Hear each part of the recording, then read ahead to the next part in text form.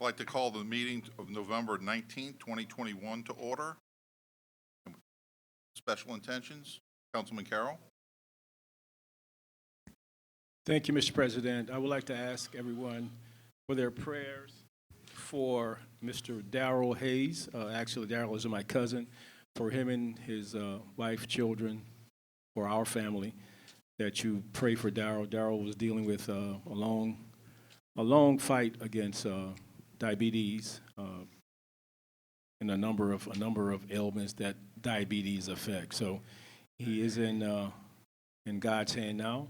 He fought a strong race, but I ask for your prayers for Darrell Hayes. Thank you. Thank you, Mr. President. Thank you, Councilman Carroll. And I'd like to ask that you keep in your prayers the family of Freddie Smith. He's the husband of former State Representative Pat Smith. He recently passed away and will be missed by his loved ones and friends. Also, please keep in mind Nathan Crow. He's the brother of former Senator A.G. Crow. Please keep him in your prayers as well as he battles serious illness. Additionally, please keep the Cassadaban family in your prayers as they recently lost a member of their family, Dan Cassadaban. We ask this all in your good name. Amen. At this time, I'd ask, we have no other special intentions. Seeing none, I ask that Father Luis from Divine Mercy, if you will, lead us in prayer, please. Please stand. In the name of the Father, and of the Son, and of the Holy Spirit, amen. Loving Heavenly Father, we come to you this hour, asking for your blessing and help as we are gathered together. We pray for guidance in the matters at hand and ask that you would clearly show us how to conduct our work with a spirit of joy and enthusiasm. Give us the desire to find ways to excel in our work. Help us to work together and encourage each other to excellence.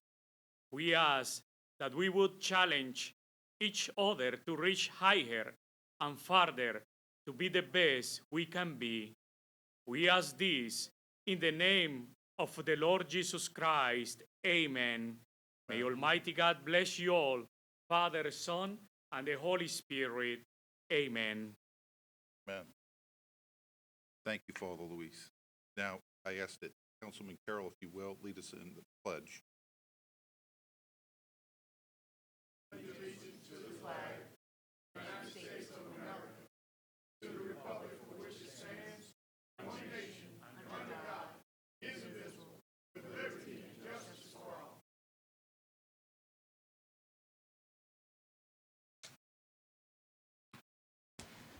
Madam Clerk. Mr. Chairman, you have a quorum. In accordance with Council Resolution Number B14550, please be advised that all cellular telephones and other devices of this nature must be deactivated or silenced throughout the council meeting. Do we have any resolutions, motions, or other items from the floor? Seeing none, under the consent agenda, we have item 1, approval of minutes, the regular council meeting of November 4th, 2021. Item 2 is approval of alcoholic beverage permit applications. We have none. Item 3 is approval of bingo and public gathering applications. We have none. Item 4 is correspondence, reports from the mayor, CAO, or department heads. Item 4A, at the request of the administration, a report from Mayor Zahn. Mayor Zahn, you have the floor, sir. Thank you, Council President. You all have before you a flyer for Tuesday for the community food giveaway. We will be distributing food baskets, boxes to the first 200 people that come here, similar to the trunk or treat in the parking lot right here at Macy's. Same setup, they will come through. Again, it's to the first 200 people. I don't have the list in front of me of all the donors, but I can tell you it ranges from IV Waste to Risk to Central Pool Boys, numerous people that have helped during the aftermath of Ida. People that help every day with our services have graciously committed, I think Ceres, the debris collector, contractor, they have graciously contributed to what's going to happen on Tuesday. I want to thank Chad Pitfield and the rest of my administration for putting this together. It's something Sidney Torres approached me with, and I said I'd love to do that. He was the first one to go get the gift cards. There'll be gift cards or gift certificates in the baskets to a local grocery, and then there'll be also food items in there from the other people we have mentioned.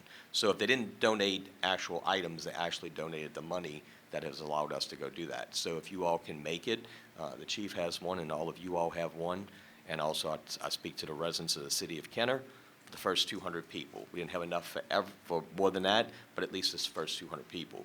And I will report next week on other groups that have done stuff. I know Councilman Carroll did something this past yesterday, and there'll be other groups doing some things this weekend that they have done it on their own, so we'll talk about it and thank them later for what they have done. But a lot of contributions from local people. We always get this for Thanksgiving. I see it more this year, and I think it's because of the aftermath that we're dealing with, and we've been through for over the last year and a half, almost 2 years.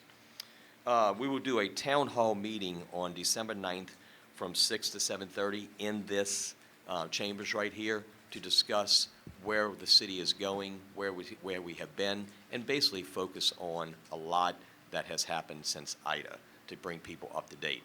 A lot of civic associations are still getting back on track and trying to get their associations and their meetings going. So we figured it was a good time to do a town hall meeting because this city has been through a lot, this administration, this council, police department, fire department. Time for us to give an update on where we have been and where we're going. We had a very good presentation before the Cannabis Association State of the City address on Tuesday, which we showcased something from Kenner Media. Besides my comments, we showcased a video from Kenner Media that they actually put together, which shows what the city of Kenner has been through and what our residents have been through and what this government has been through. So that's actually on Facebook. I want to thank Chris Fortunata and her team, all the people that work with her in Kenner Media for producing that. It's something that's gotten the attention of some business groups. It looks like we're getting invited to go show the video and give a presentation of some local business groups and other people, other groups throughout the city of Kenner and also Jefferson Parish. So been a busy week with presentations like that, but I think we need to do something on the 9th, which will be in about 2 weeks. We do have something coming up tomorrow, which I'm going to let Heidi Glorioso come up because it's about the James Webb Space Telescope, which is being launched tomorrow, and she knows a lot more than what I do about it. So we thank Heidi and her team and her group for what they do down in Rivertown. We appreciate that, and this will be a well-attended event tomorrow, it sounds like. We hope so, yes. Hi, everyone. I just wanted to tell you about a special day of free programming that we'll have at the Kenner Planetarium tomorrow, Saturday, November 20th, from 11 a.m. until 3 p.m. And this is to celebrate the upcoming launch of the new James Webb Space Telescope. So this is the largest and most powerful telescope ever built. It's scheduled to launch from French Guiana in South America on December 18th, so just a few short weeks away. Once it's in space, it will orbit the sun about 1 million miles away from the Earth. So at that distance, it can essentially look back in time billions of years and observe some of the earliest galaxies that were ever born in our universe. So it's just a very exciting venture for NASA. So tomorrow we'll celebrate that upcoming launch. We have a full day's worth of activities at the planetarium. It's all free and open to the public. We have different arts and crafts activities related to galaxies in the Science Center and the Space Station Museum.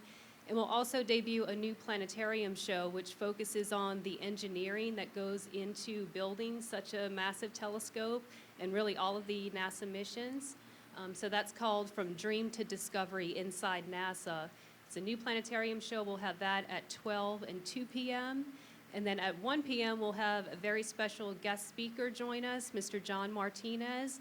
He's a longtime member of the Pontchartrain Astronomy Society, and he's also a solar system ambassador for NASA. So he's going to be there to share his expertise and knowledge on the Webb mission as well. So just a very fun and exciting educational day tomorrow at the Kenner Planetarium, and we hope everyone can join us. Thank you. Thank you, Heidi. Now I'm going to ask Ms. Tamithia Shaw to come up and talk about the ARPA task force, which is with the parish, something that Deborah Foshi and Tamithia attended, I believe, on Thursday, to go over the monies that are coming into the parish that our two parish council people, Dominic and Pastata and Byron Lee, can help with getting some money to the city of Kenner. Tamithia, I appreciate it. If you could update the council on this. Good morning, everyone.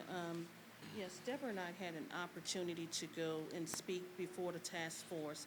The task force is comprised of council people and members of the business community, former legislators for the Jefferson Parish Council, who are all deciding how the $84 million of the American Rescue Plan is going to be spent throughout the parish of Jefferson.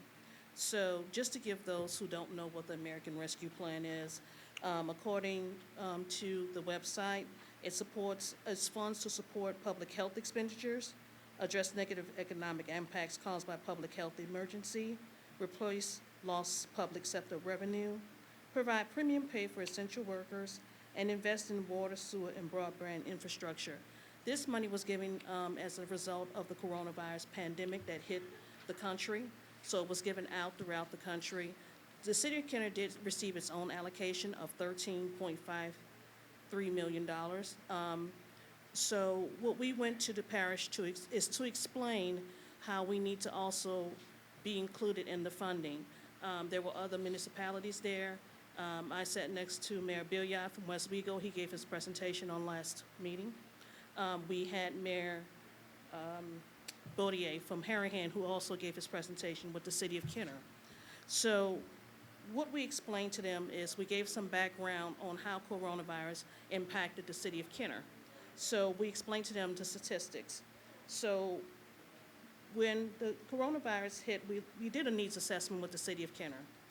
We looked at our 2010 census, because that's the numbers that we had at that time, and the CDC guidance. And what they told us at this time, the most vulnerable people in the population were those over 65, those who had underlying medical conditions, and children under 18s. So there also were other people, but those were the most populations that we had census numbers for. So for the city of Kenner, that resulted in 15.6 the population for those who were 65 and older, 23.4 the population for those who were under 18, and 18.5% for those who had a disability under the age of 65. So that represented 47.5% for the entire city that were vulnerable for coronavirus. So with that being, said, the city of Kenner, as in any other municipality, recognized the challenges of COVID-19.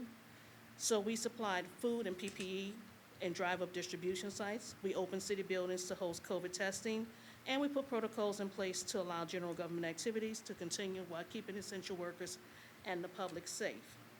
We also sponsor public services programs like our rental census program, and we worked through Delgado to do virtual training for those businesses, for workers whose businesses completely shut down and needed to change career paths. Though the city made every effort to lessen the effects of coronavirus, the numbers for the region and state continue to rise in positive testing and deaths. While we've come a long way from those days, the city, like many other general local governments, was still working to recover from COVID-19 when the city suffered the effects of Hurricane Ida. So many deficiencies were exposed in the city's critical infrastructure and highlighted the city's lack of resources to meet those critical needs.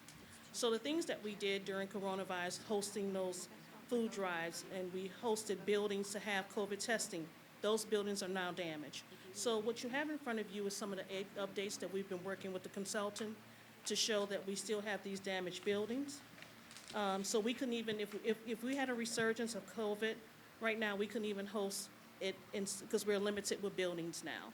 So we could host it, but we couldn't serve as many people as we did last time.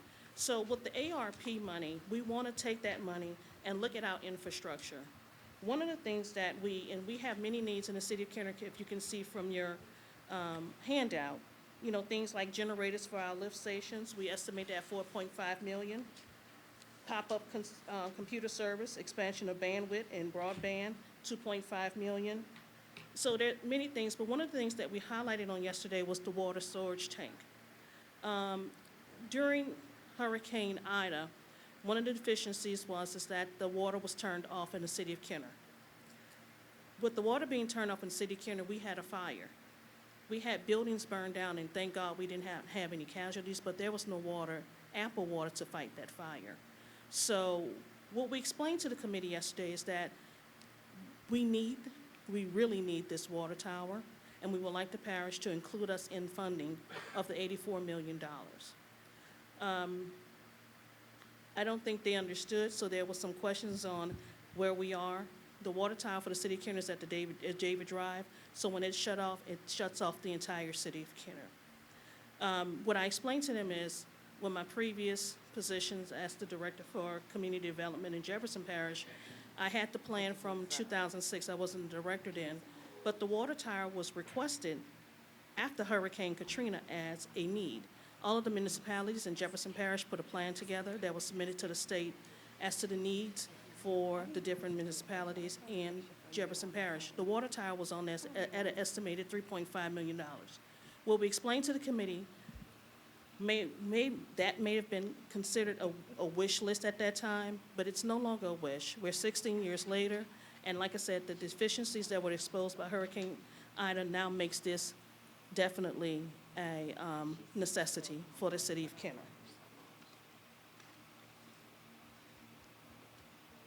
So right now, the city is currently assessing impacts and long-term recovery needs due to Hurricane Ida, and we have the initial updates. We will continue to work with the departments to get that, and we're going to work with the parish. The parish has several meetings scheduled. The other meeting is December 2nd, and the following meeting is December 16th. We did request the parish that we come back to give our presentation on the final numbers. We're trying to gather, working with Tom Schreiner's department, to get numbers that we can present to show them that we need this water tower as one of the infrastructures. Now, we did get questions because everyone's saying, well, you have all this money coming. We anticipate we're going to get money from disaster recovery for Ida. We're going to anticipate the money from the infrastructure bill. But I gave them an example of the disaster recovery. I know when we hear all of these amounts of money, we think it's a lot of money. But when you start breaking down the money, you realize that it's not. Give you an example for the disaster recovery. Congress allocated $5 billion for the hurricanes in 2020 and wildfires in 2020 and 2021. That covers the entire country and all of the named disasters from 2020 and 2021. We know that Lake Charles was devastated in 2020 through Hurricane, I think it was Delta at that time. So of the $5 billion, for 2020, they allocated $2 billion for the entire country for those. Louisiana only received $594 million of $2 billion. So for Ida, we know that there's going to be approximately $2.5 billion available. Louisiana has to compete with every state that Ida touched, from here all the way to New York City. Even when they drill down that money, then we have to compete in Jefferson Parish with 25 other parishes. So while we know money is coming, and like I said, they asked us about the infrastructure bill. Of course, we are looking for any funding, but with the infrastructure bill, it's trillions of dollars, but we have to compete with every community in the United States for this funding.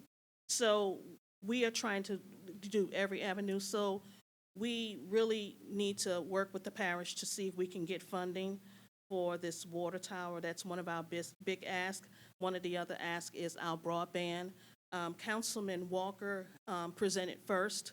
His presentation was to do broadband and internet access at all the local gyms and resource centers. They have about 27 in the JPRD system, and Mayor Bordier said they would like them to include the municipalities, because when people don't have internet, if they can go to at least their local gyms, then they can have that access. So those are the things that we really want to be included in. And looking at the funding that they got, just to give you an example, even though the city of Kenner received $13.83 million, the parish received $84. If they would not include the city of Kenner, that means that out of the $433,000, if you take out $66,000 away, and this goes to you, Councilman McKinney, because this is your area with these numbers. It's not mine, but just generally, it would be $229 per person. What we did make the point of is that the city of Kenner, like other municipalities, we pay into two systems. We pay to the city of Kenner, and we pay to the parish, and we would like that consideration to get funding. If the city of Kenner, with their allocation, only gets $207 per person, we would like to make an ask, minimally $750,000 to optimally 1.7 million, which would be half of the estimated total for the water storage tower. So we're going to be going back, hopefully, if they allow us to come back. Because Mayor Cormerdale also, he was another person, he's not been there, but he sent a big ask also. So like I said, we're competing with everyone, but we want the same consideration as the other municipalities, regardless of the fact that we got our indirect allocation as being the 8th largest city. We're the city that we don't own the airport, but we house the airport. So we're the direct conduit for all the tourism in the region. So we want to make sure that they assist us, and we will be moving forward with that. If you have any questions, I'm available. Yes, Councilman Brannigan. Councilman Brown. So we received the $13.4 million? We were allocated 13. When we received the first tranche of that, we received half of that in June of 2021. Okay. And when do we get the other half? It's slated for next year, I believe. Yeah, and gonna that's- be. So usually we receive it in May. So this is already budgeted. This was already part of your budget. This is the ARPA funding that we received, that we included to fund this year's budget. Okay. And I know this was a lot of information, but we just wanted to give you an update, since we did go to the meeting on yesterday. Like I said, we would like to go back, and meet with the committee to impress upon them the needs that we have. Like I said, there are a lot of fundings that are coming down from the DR money to the infrastructure bill, but we know when you're competing with all of these jurisdictions, we want to make sure that we are competitive for every funding, and the ARP funding that they have in the parish, we would like to also be made available like the other municipalities in the parish of Jefferson. I just want to make a comment, Ms. Shaw. Thank you very much for fighting for Kenner. All these points are big for us, and we appreciate you. We really do. Thank you. Thank you so much. Councilwoman McKinney? Yes, thanks, Council President. I just want to echo what Councilman Wilmot said, that, I think it's really important that as the largest municipality in Jefferson Parish, that we deserve this funding. We contribute to the tax base of Jefferson Parish significantly, and, we need to make sure that we have a seat at the table and that we're represented. So thank you for representing that and fighting for that. So. And I would like to thank the CEO and the mayor also for letting me be involved in this. I've had a lot of positions that have given me the insight, and like I said, we need to fight for the different things that the city of Kenner needs. Mayor's on. I just want Boschee. to throw in quickly, because no one would know this by looking, but Ms. Shaw and I thought we were going to a small meeting with a few people, and we showed up, and it was 50 people. And it was filmed. She stood up, and she gave this presentation from her knowledge base. So I was thinking, I'll talk about it today. I'm like, no, we're going to take the expert. She was very impressive, and now that we know what they're looking for, we are going to be loaded for bear in 2 meetings from now, and we're going to be able to actually express to them what we need and why we need it. We have pursued many, many funding sources for this. This is not our first attempt to get funding for water storage, but one of our challenges is we don't own the water system. The parish owns the water system, so it is really the parish largely that has to do it. And when the parish has Grand Isle in its water system, Kenner is never going to be in as bad a shape as Grand Isle. When you have to prioritize your funds, Grand Isle is always really going to be at the top of the list. So this is our opportunity to say, if you're going to give us anything, and we should get something, this is our highest priority. So I think we have a pretty decent chance, but we have to go back and explain it a little more. Thank you. Councilman Carroll? Thank you, Mr. President. Thank you, Ms. Shaw, for the presentation. Thank you, and Ms. Fauché for yesterday, because you guys touched on a number of things and were able to I don't know how long the meeting was and how much people retained, but obviously going back, some of the things that I would like to just touch on is, you touched on the broadband, you touched on the water towers, because even as council members, as the administration, when things for the water get crazy in the city of Kenner, when people call our offices and you try to explain to them that the parish are the people in control, well, they don't want to hear that. They think we are the stop in everything. So to try to explain that to them, so for us to be able to get that water tower, to be able to support the citizens is paramount. The broadband is important too, because the number of people who would have the opportunity to have access to the internet will be, that is the way of the world today. And for some people, they have challenges of trying to have that. So to have it in the facilities and the gyms and the Lincoln Manor Civic Organization, Martin Luther King, Civic Organization building, and other buildings. We're in the process of rebuilding the Bertha Lee Jackson. I guess we're going to rename it that again to have access there too, particularly because Veteran Highways kind of divides Lincoln Manor and the Veteran Heights and Susan Park.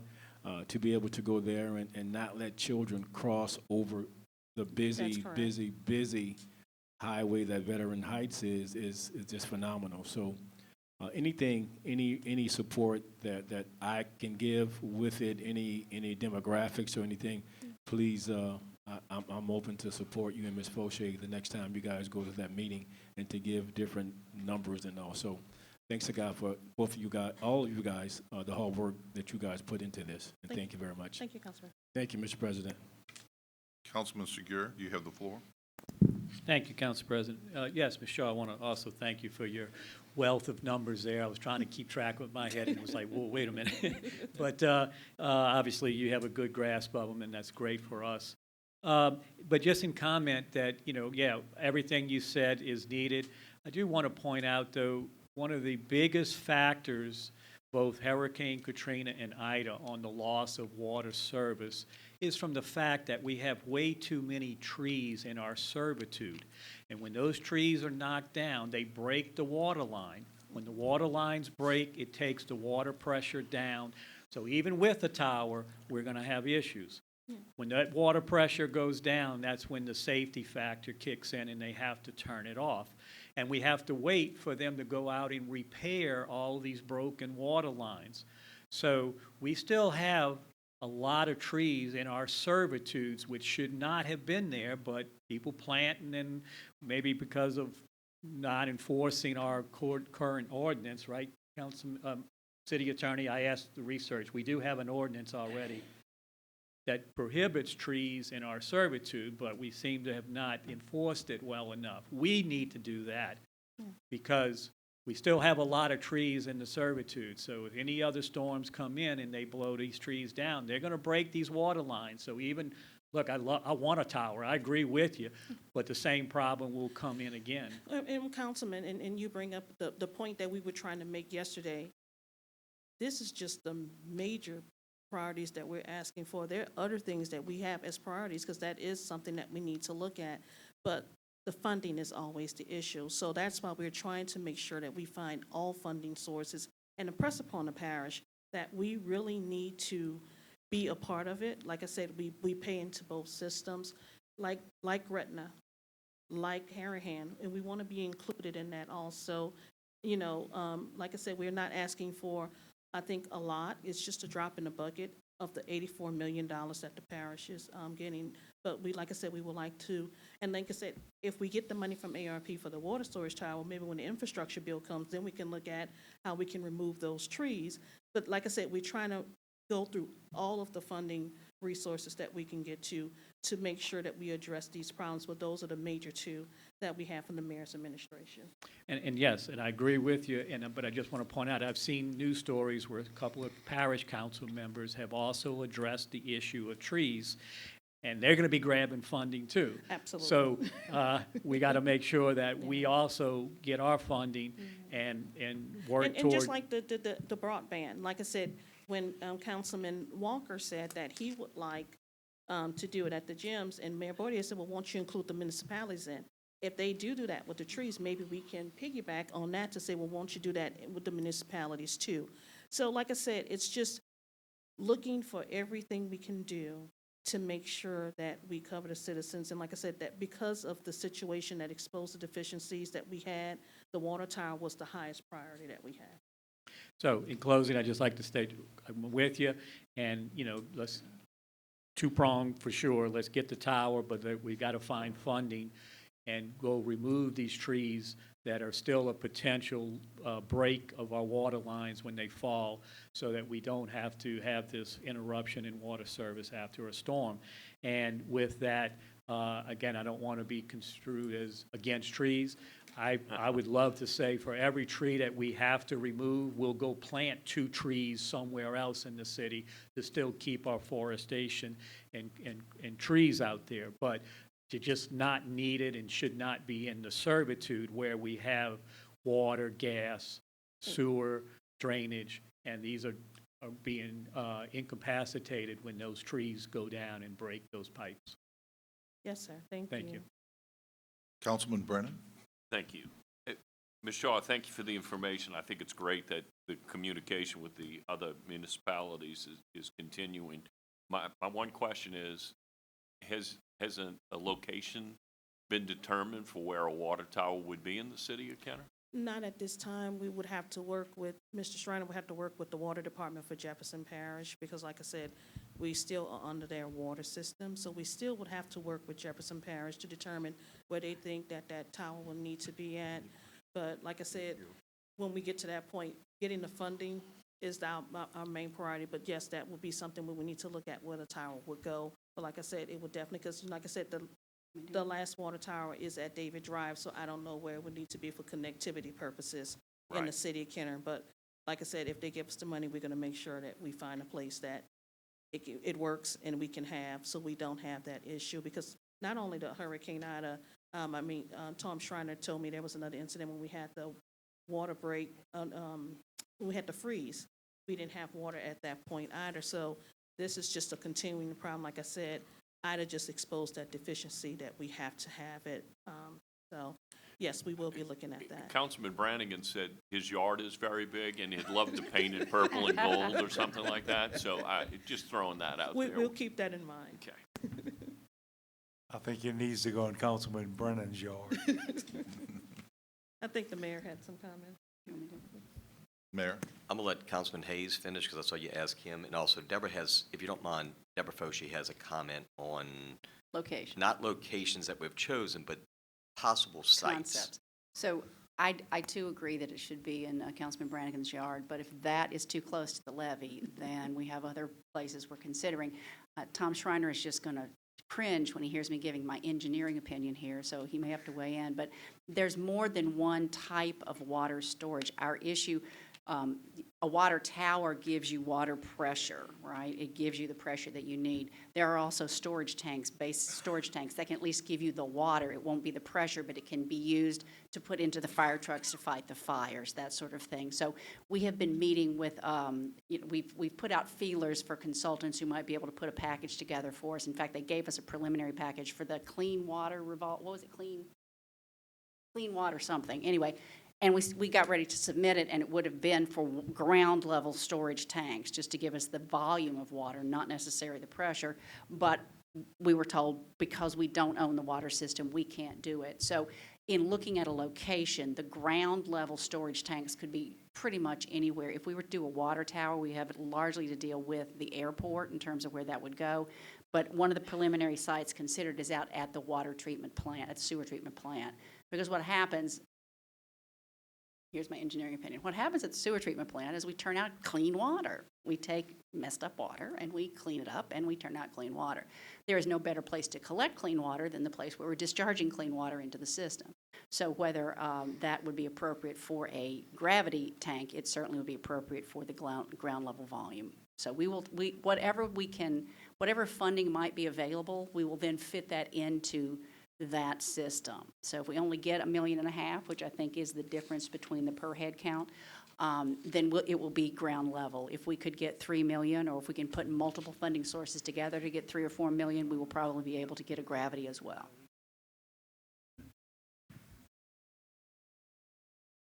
Mayor Zahn? He's good. So I think what we need to do, guys, is my office will be putting a letter together, ask each and every one of you all to sign off on it to this committee. Also ask the chief to go along with us on that. I think that would be very important on December the 16th Yes. to go before this task force, as many of you all can make it. Look, coming from the parish, I can tell you, Deborah can tell you, a few of us here that come from the parish can tell you that the cities that go to these things usually walk out with something. If y'all remember right before the December meeting that they had, the council, not this task force, but the council, a few of us went, I believe the chief went with us, and the fire chief went with us. We went to a council meeting right before the pandemic, the last one of 2019. And we went in there asking for some monies. We walked out with everything we asked for. Because that's what happens. When you approach the city, the parish council, and it's a forceful look that the city is joined together, all the council districts, the at-larges, our chief of police and our fire chief, along with me, you're going to walk out with something. Going to this task force meeting, this was what we sent Deborah and Timethia to, just to go see what's going on, because we knew the ask that we needed.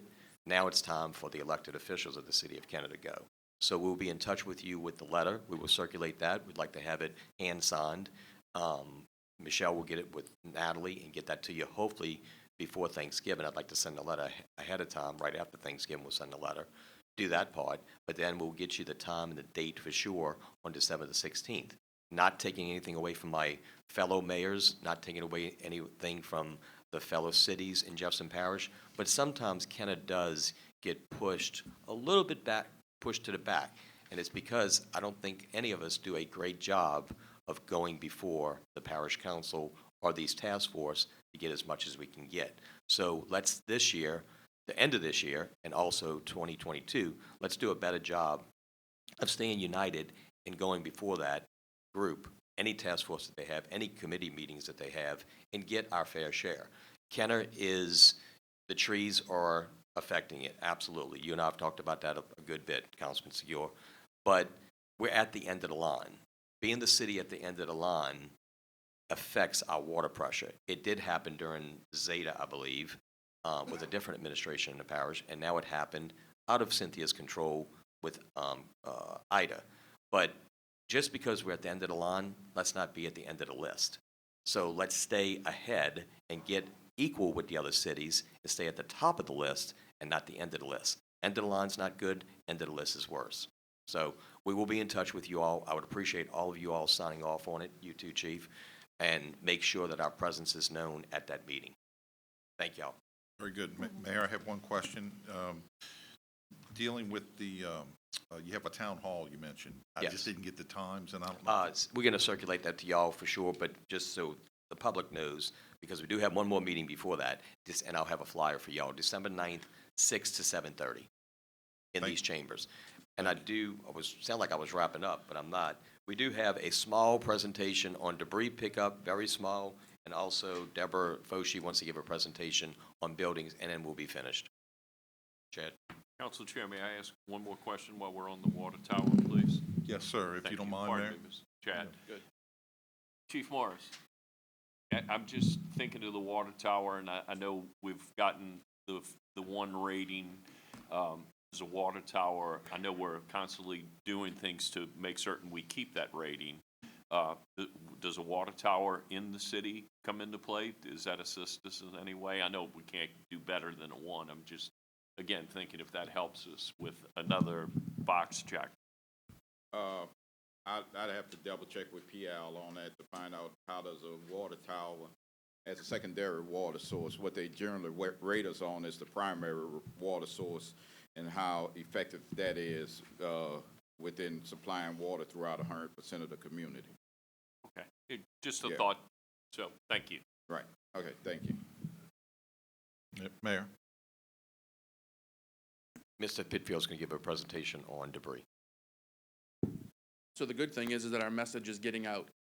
There's a lot of debris that is coming out over the last week and a half. We have seen an incredible amount of debris come out. I know we had pushed initially for that November 15th date.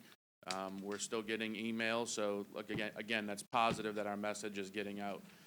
What we're planning to do is give people that are going to be maybe off of work and have an opportunity to do some work during the upcoming Thanksgiving holiday, and then ramp back up the following week, hopefully week and a half. So we're absolutely getting on the list. The lists that are coming in daily are very helpful to us.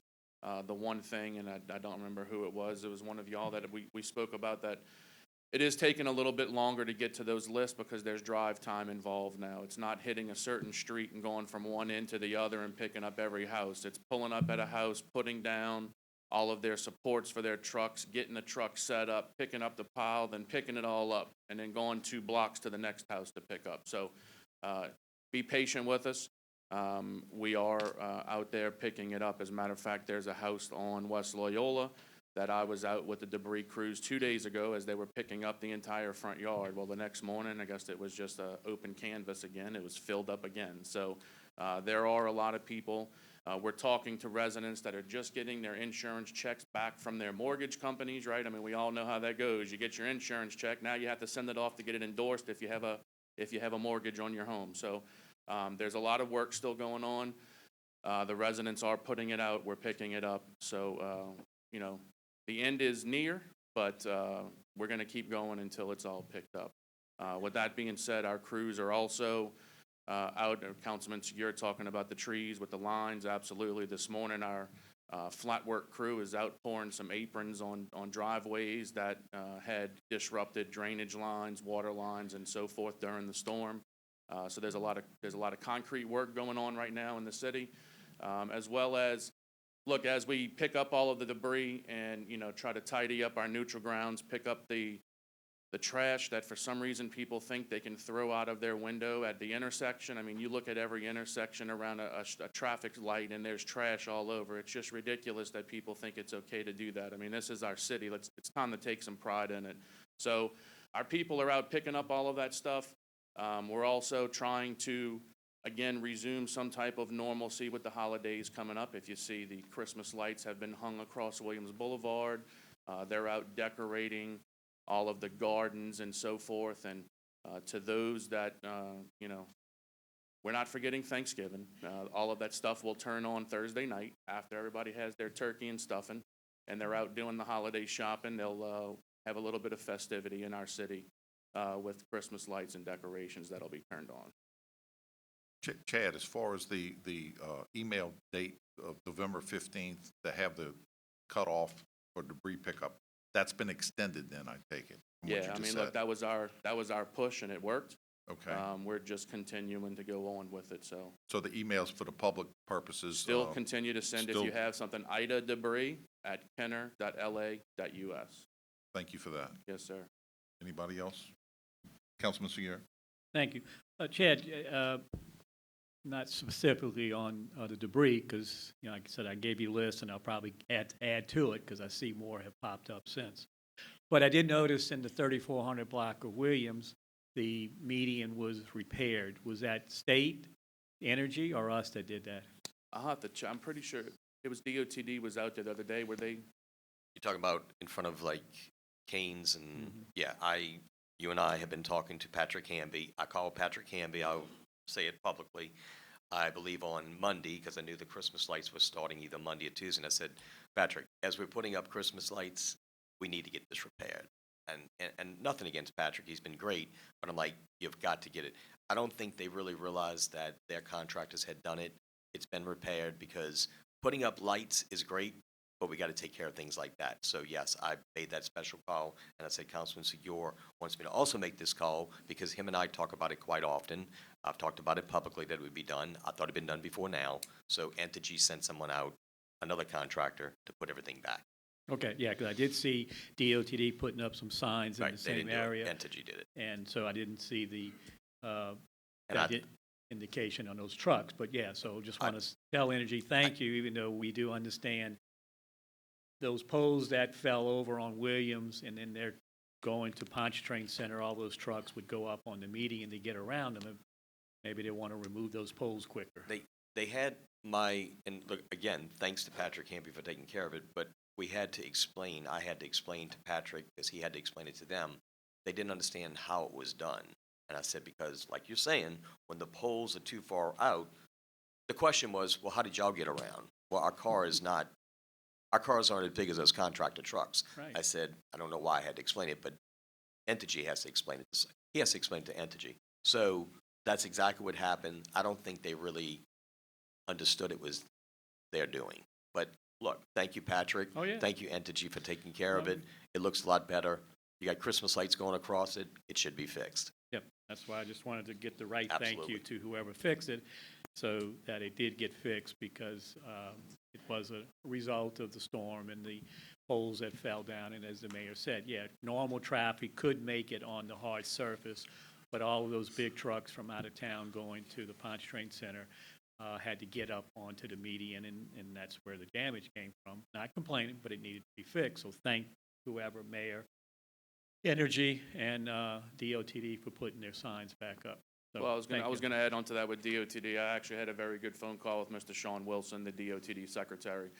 They have been a lot more present in our area along Williams Boulevard, fixing those signs and actually doing some crack sealing on some of the roadways that have some issues. So, very thankful that DOTD is stepping up, and they're promising to make sure they pay some more attention in our city as well. Good, thank you. Councilman Brannigan? Are we picking up refrigerators and stuff like that now, too? Yeah, yes, sir. There's a single truck that goes around and does that, just because we still are having the C&D and the vegetation. But if someone does have a white good, a refrigerator, a washer, a dryer, a deep freezer, and they have the means, we're also accepting them at the debris drop site at 24th and Connecticut also. Okay, because I've been telling people if they have that, when they go to the Ida Debris website, would you tell them to put furniture or refrigerator next to the things? The address is still fine, so just to give you an idea of what happens, that goes to a quality control person. So the reason that we have the Ida Debris is it's copied to several people. They go out and inspect every address, and that's where they direct whether it's the veg truck, the C&D truck, or the white goods. So look, it'll help, but they're still gonna go check it. And Chad, just so the public knows, when somebody has something that they want to bring to the drop site, they can actually put it in their own truck and bring it over there, and it's 7 days a week still? Yes, From sir. 9 to 3? 7 days a week, 9 a.m. to 3 p.m. Mr. Torres and Ms. Julie Tafara and I had a conference call this morning around 8 o'clock about the line of cars that are sitting there every morning waiting to get in there. So our residents are utilizing that, which, look, is helping keep our streets clean. It's helping pick up in front of your house. If you have the means, absolutely, we totally appreciate it. That's why Mr. Torres was very instrumental in getting that there to get the trash off the street. But obviously, if you don't have the means, we're going to come around and pick it up as well. And that's 7 days a week? 7 days a week. The only difference is going to be not on Thanksgiving this Thursday. We're going to be putting it out pretty soon. I guess this is a good time to say, but we always say Thanksgiving is, things that we're thankful for our family. Well, we're thankful for our IV family as well. We're actually not going to have them picking up garbage on Thanksgiving Day. So that day we will not have garbage collection, but it will resume full service the next day, the next morning. So no garbage collection, no recycling, no drop site on Thursday for Thanksgiving. And after, if y'all wouldn't mind, after we post that on y'all's individual pages, could y'all copy that and post it? Because usually it gets picked up. This time it's not saying usually it gets picked up on Thanksgiving, but usually on holidays we're doing it. So we usually say it's getting picked up. Now it's not getting picked up. So y'all sharing that post will help, our constituents, our residents know not to put it out Wednesday night. And recycling has been resumed fully? Yes, I mean, sir. at regular? Yes, sir. And we're going to have some education coming up on that. Again, look, we'll talk about this more in the future. For those that are recycling, we got to tighten up a little bit. A lot of the recycling coming in is contaminated. People are putting water bottles in a garbage bag, for instance. Well, a plastic garbage bag is not recyclable, therefore all of the contents on the inside now become contaminated. So we're working on some education with some videos with Mr. Torres, the mayor, some flyers that are going to be going out through email. Look, I know recycling is very important to a lot of people in our city. We need to make sure we're doing it right, because you're wasting your time if you're not. And the recycling bins, what I'm seeing is the recycling bins have been working really good since we have those new cans. They're bigger and they have a lid on them, so things aren't blowing up and down the street. So that's a good thing. And Councilman Hayes, I know you had a hand in that. Excellent. Very good. Any other questions? Council. Since we're not picking up on Thursday, I know in District 4, that's one of our pickup mornings, so then it'll just fall to Monday. To Monday, yes, sir. Okay, all right. there's no way with the amount of trash out that we can do a double pickup. I mean, they're already 4 or 5 o'clock in the afternoon, and the landfill closes at 4 or 5 o'clock in the afternoon as the sun goes down. So there's no way to squeeze that in currently. Thank you. Mr. Mayor, thank you. Last person is Deborah Foshee on buildings, and then we're done. This will be quick. There's no actual presentation this time. We had a very wonderful presentation from Mr. Caldera last time, just to give you what's next, right? He gave a presentation. Where do we go from there? What we've tried to do is sort of approach each of these problems as a group from an organizational perspective. So we have the City Hall campus, we have the recreation facilities, we have the wastewater system, and then we have all the sort of individual facilities. We have some of our individual facilities that got some pretty good damage. For instance, the police headquarters with the brand-new roof had water-driven rain underneath the brand-new roof. All that, what was that, less than a year old, Chief, right? I mean, that hadn't been up there that long. And we made 2 weeks, right? And then we also may have had some structural damage to the jail. So some of those that are not part of a group of facilities will be handled on an individual basis. We can always we talked about the PA and the 428. We can do a PA for every single building. The 428 requires us to put together sort of a plan. So vis-a-vis the whole potential concept for City Hall, now we're advertising for architects, because what will happen is they will need to come before you and say, you know, here's our plan, or here are 3 options, and let you decide. If the council wants to go for a 428, then that's what we take to FEMA. If the council says, no, I want to do every individual building, then that's what happens. So where we are right now is in getting the design elements to you so you can make that decision. I think financially it's going to make more sense on that particular campus to make it as a 428, so you can put a lot of those services together. So while we are advertising for the design for those, we're now looking at the recreation situation. As you know, we've invited anyone who wants to go with us to look at the gyms. We still have one gym that we can't get in, but every other gym right now has been cleared by the industrial hygienist.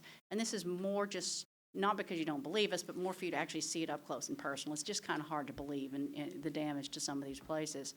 And as we look at all these gyms, and some gyms have a lot of usage, and some gyms don't have a lot of usage, and some gyms have usage for basketball, competition, and some of them have usage for free play, and we need to analyze what pre-COVID, pre-IDA, what was happening at each gym, and how do we support that function. There may be some of these you will decide that you don't want to renovate back as a gym. Not all of these belong to us. The land on 3 of our gyms belongs to the school board, not the city of Kenner. So if we were to ever walk away from those buildings would revert to the school board, not the city of Kenner. We'll need to talk with the school board about their intentions vis-a-vis that property as well, because I don't think any of those have to be torn down to the ground, but they're all going to be a dollar amount that's going to exceed 50% of the value of the building, so they're all going to have to come up to code. And some of those it's going to be pretty pricey. So once you have had a chance to look at the gyms, then we'll sit down and we'll talk with you about concepts about recreation. And I think in connection with the town hall, there may be sort of a state of recreation component. What's going on with recreation? Why can't we get in our gyms? At least you guys will be in a position now when people say, what about basketball and baseball and football? Well, we've got bowling, and we've got karate, and we've got gymnastics, and we've got beach volleyball, and we're putting together flags. So recreation did not die, but our facilities took a huge hit, and so I would appreciate anyone who'd be willing to go with us just to take a look, because you're probably getting more questions about it than we are. Your constituents are probably asking you on a fairly regular basis what's going on, so we'd very much like for you to, see it, and then be part of the conversation as we talk about, okay, what do we do now? Which facilities get rehab for doing what? After recreation, and we start moving in a direction, then we're looking at wastewater. Wastewater is a perfect opportunity for a 428, simply because it's all in one location, but it's got all its functions all spread around. So it's like a really dysfunctional version of the City Hall campus, where they've got 20 little things out there. They have some, they have trailers, and they have lean-tos, and they have all kinds of stuff. So that will be like the third group to come back and talk to you about, and the last one will be the individual buildings. Everything's being assessed. It's not like anything's being put off. But when we look at the gyms, we also want to look at Pontchartrain Center, because we prioritized with mitigation and remediation stabilization, the buildings that had some commerce. So obviously, our biggest commerce is in the Pontchartrain Center. But we also the pavilion we rent, and some of the facilities down in Rivertown. So anyway, we'd like you to see that, because it's a engineering marvel what they have going. They have scaffolding all the way up to the ceiling. Which hall is that? A and B. There's scaffolding all the way up to the ceiling, and then there's a platform up there where they're working on and repairing the ceiling. It's really mind-boggling. But anyway, if that's kind of where we're going, those are the next steps. For us to go to FEMA on either an individual building problem or on a 428, we have to take that architectural that you guys approve, the plan, and then we have to go and sit down with them and say, okay, guys, here's what our damages are for all these individual buildings, and here's what our proposal is in terms of making something better for the city. But it goes through you before it goes to them. Yes, sir. What 3 gyms does school board own property? I knew you were going to ask me that. Wentwood, Musbertolino, and Galatas. What? Why don't you have the answer? Because I am ill-prepared for this. What 3 are they? Wentwood, Musbertolino, and Galatas.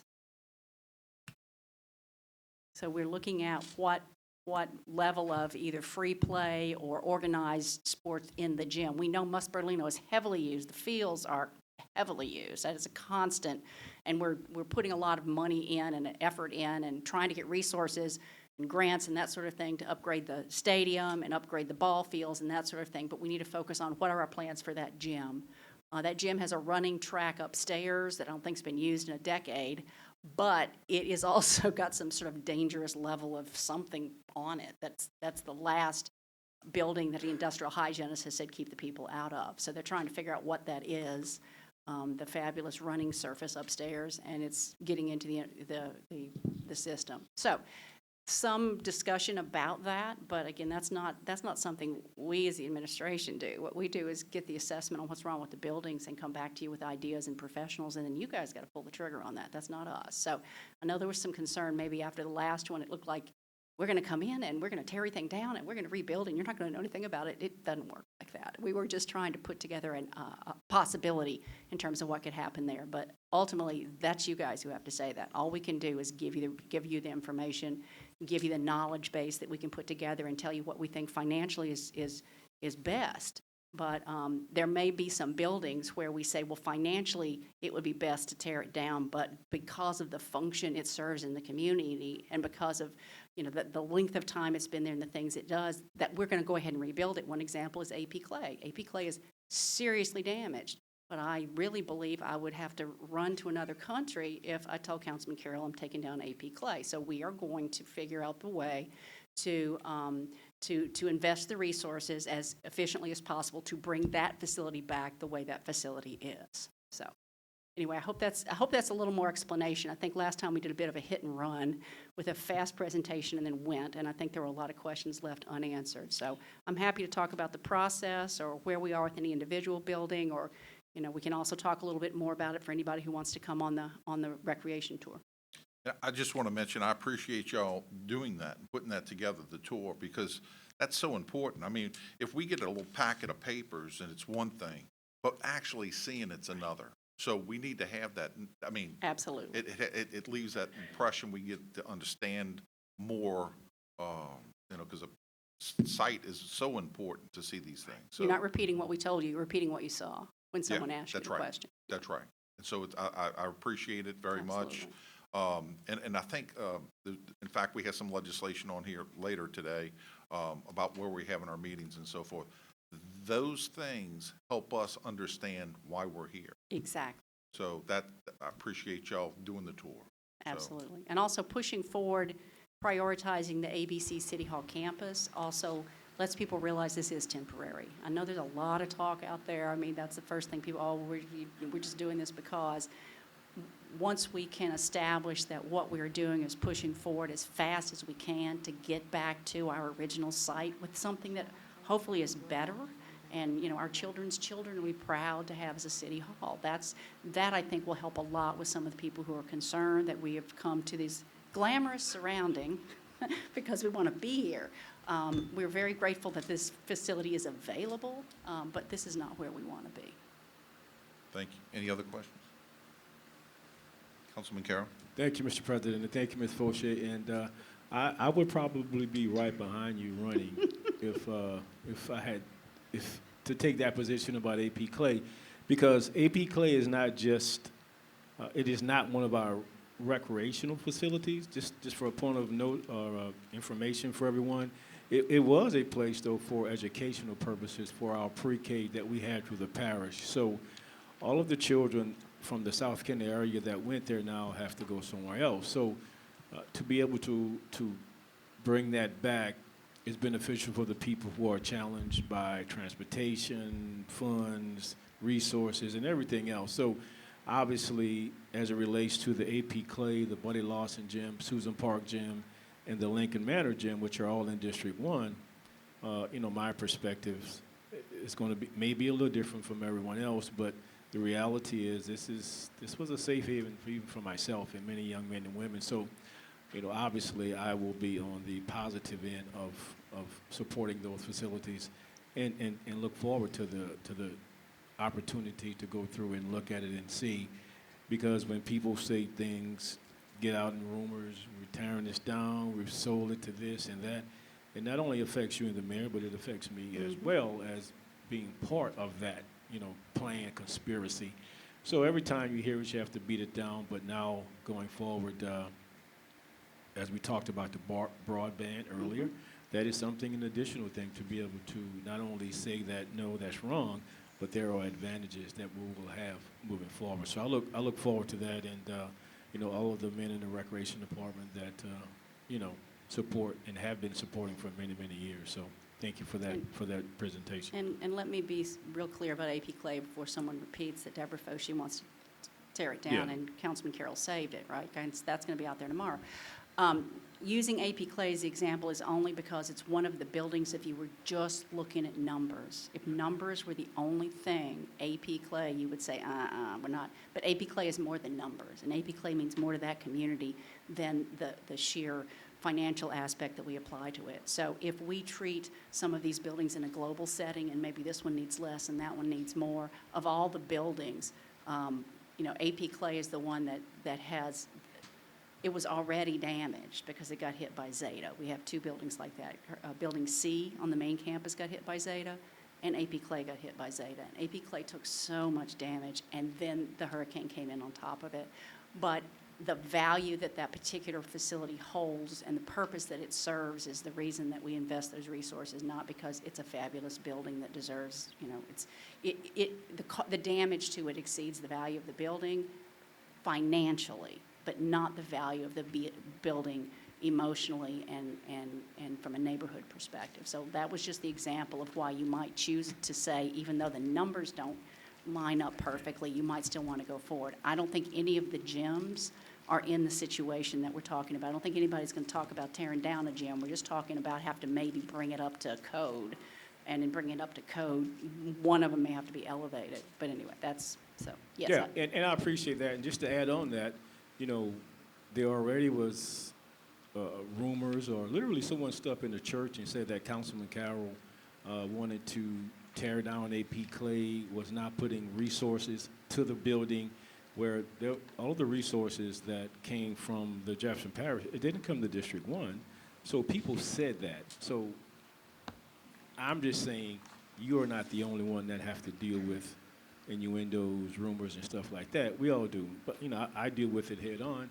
But just the fact, it's good when people have an opportunity to themselves to come and see. So not only for myself to be able to have an opportunity to show the gym, but even after that, to be able to maybe have smaller groups, maybe some of the coaches to come see themselves, because I'm only one person, to be able to have the different recreational coaches and people who have been around to have an eye on it as well, is even better. So I look forward to that as well. Thank you, Mr. President. I just wanted to mention too, I know I mentioned having our meetings here, you know, we have no other place apparently is the issue. Apparently, we need a large facility to house what we're housing. I get all that. I just wanted to mention too, though, if there's down the road, and I don't know how long that would be, but if we do have a gym that opens up and it does have enough size that we can actually house some of our facilities and whatnot, that we might explore that because, or we might need to explore that because there is some uncertainties in being here that I think some of us feel uncomfortable with. So I just, you know, financially speaking, I'm talking about. So that, I just wanted to make that clear. And if you will comment on that, that's fine. Absolutely, and honestly, this is a treat to have this many departments in one location. It is much more efficient. We didn't have the opportunity before. So we were pretty spread out and dysfunctional in a communication sort of way, because you have to set up and now the IT people are going to kill me, but you have to like set up a system every place you got a building. Whereas here, we can have one system and everybody can share the resources.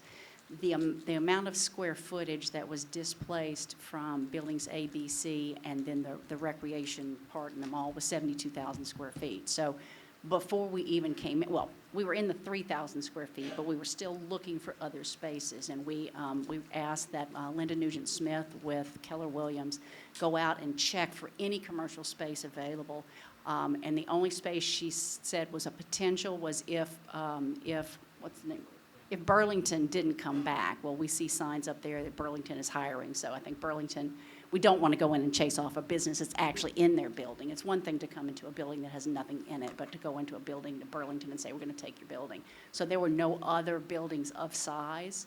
So we would go back to the point where we're actually separating out into multiple systems and having to have redundant computer systems and you know all the IT and phone and all of that. Having it here, although this is very temporary looking and it's not very attractive, it is nonetheless pretty functional because everybody's in one location. So to the extent that we could get you into another place where we could also have the benefit of having everybody together, that would be fabulous. And look, we're constantly looking to see if there's anything else out there. We looked at trailers, and I think the numbers on that were $2 million up front and $200,000 a month. So it really was sort of cost prohibitive. And if you could get the trailers, because everybody was now trying to get the trailers, but to be able to put all of our resource, and that would have been, 7, 8, 9 trailers. So we would have been in a campus, but we not have been in the same structure. But I understand exactly what you're saying, and given the opportunity to actually function in a city facility as opposed to a borrowed facility, I 100% get that. I think our best route right now is pushing as fast as we can on whatever we're going to do to the City Hall campus. And we're held up, as you know, from the executive session vis-a-vis what's going on in Building C, because we have that piece of litigation that has to be resolved before we could take that building down. But being able to put forth a plan and say, this is what we want, this is what it's going to cost, can we go? Tell us to pull the trigger.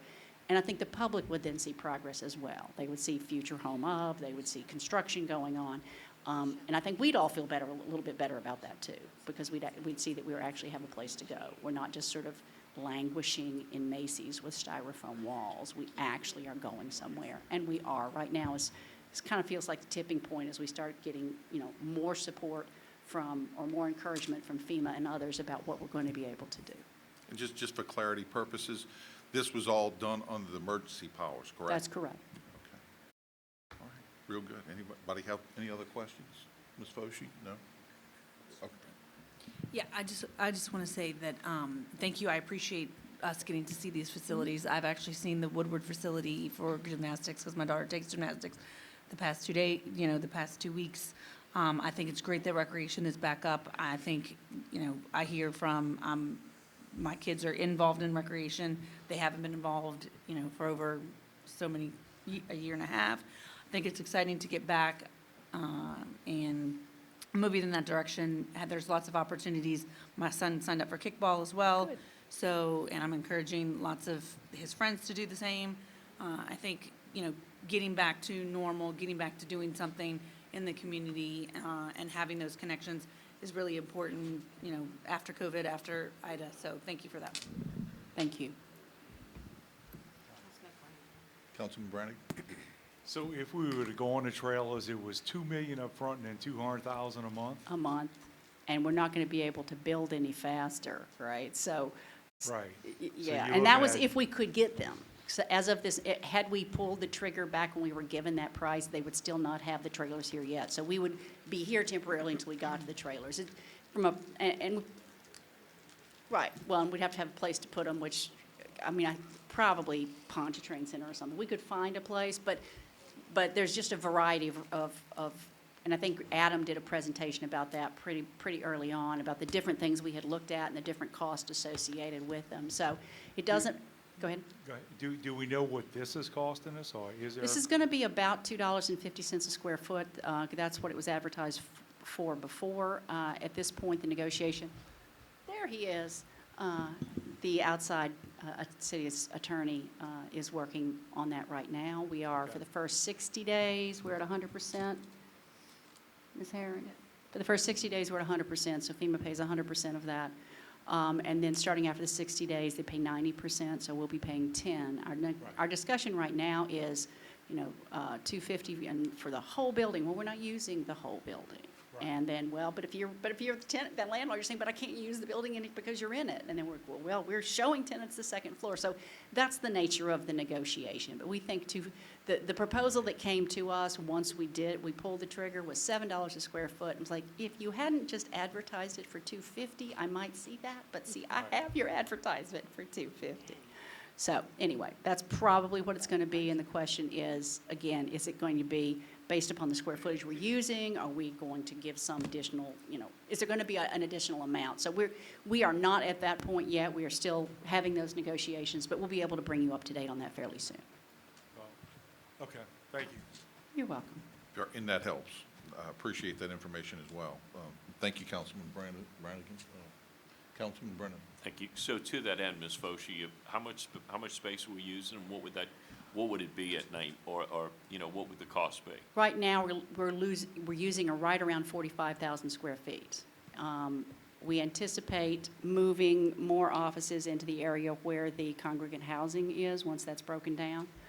We don't know how much further we're going to go beyond that. At this point, we're trying to provide space for Judge Santani, so that we'll you know, he's not going to be sharing space with us in here. He does need his own private quarters. So there'll be some expansion, and then the question becomes, are we going to start doing recreational programming here? If we need to do recreational programming or want to do recreational programming, for example, I don't know where's the Mr. Bingle class and all that stuff? Does that happen in here? Okay, well, putting all that Wait. aside, so the trailers were $2 million down, $200,000 a month.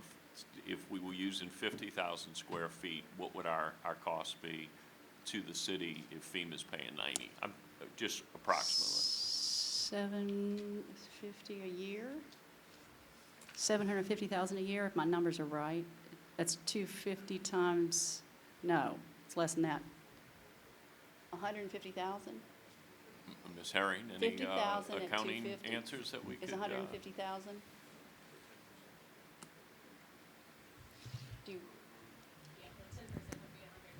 All right, so the first 2 months, it's nothing, and then after that, but it's 150 a year, not a month. Right, so it's 15,000 a month. Okay, so a lot less than the trailers. It is. Right, it's 90/10.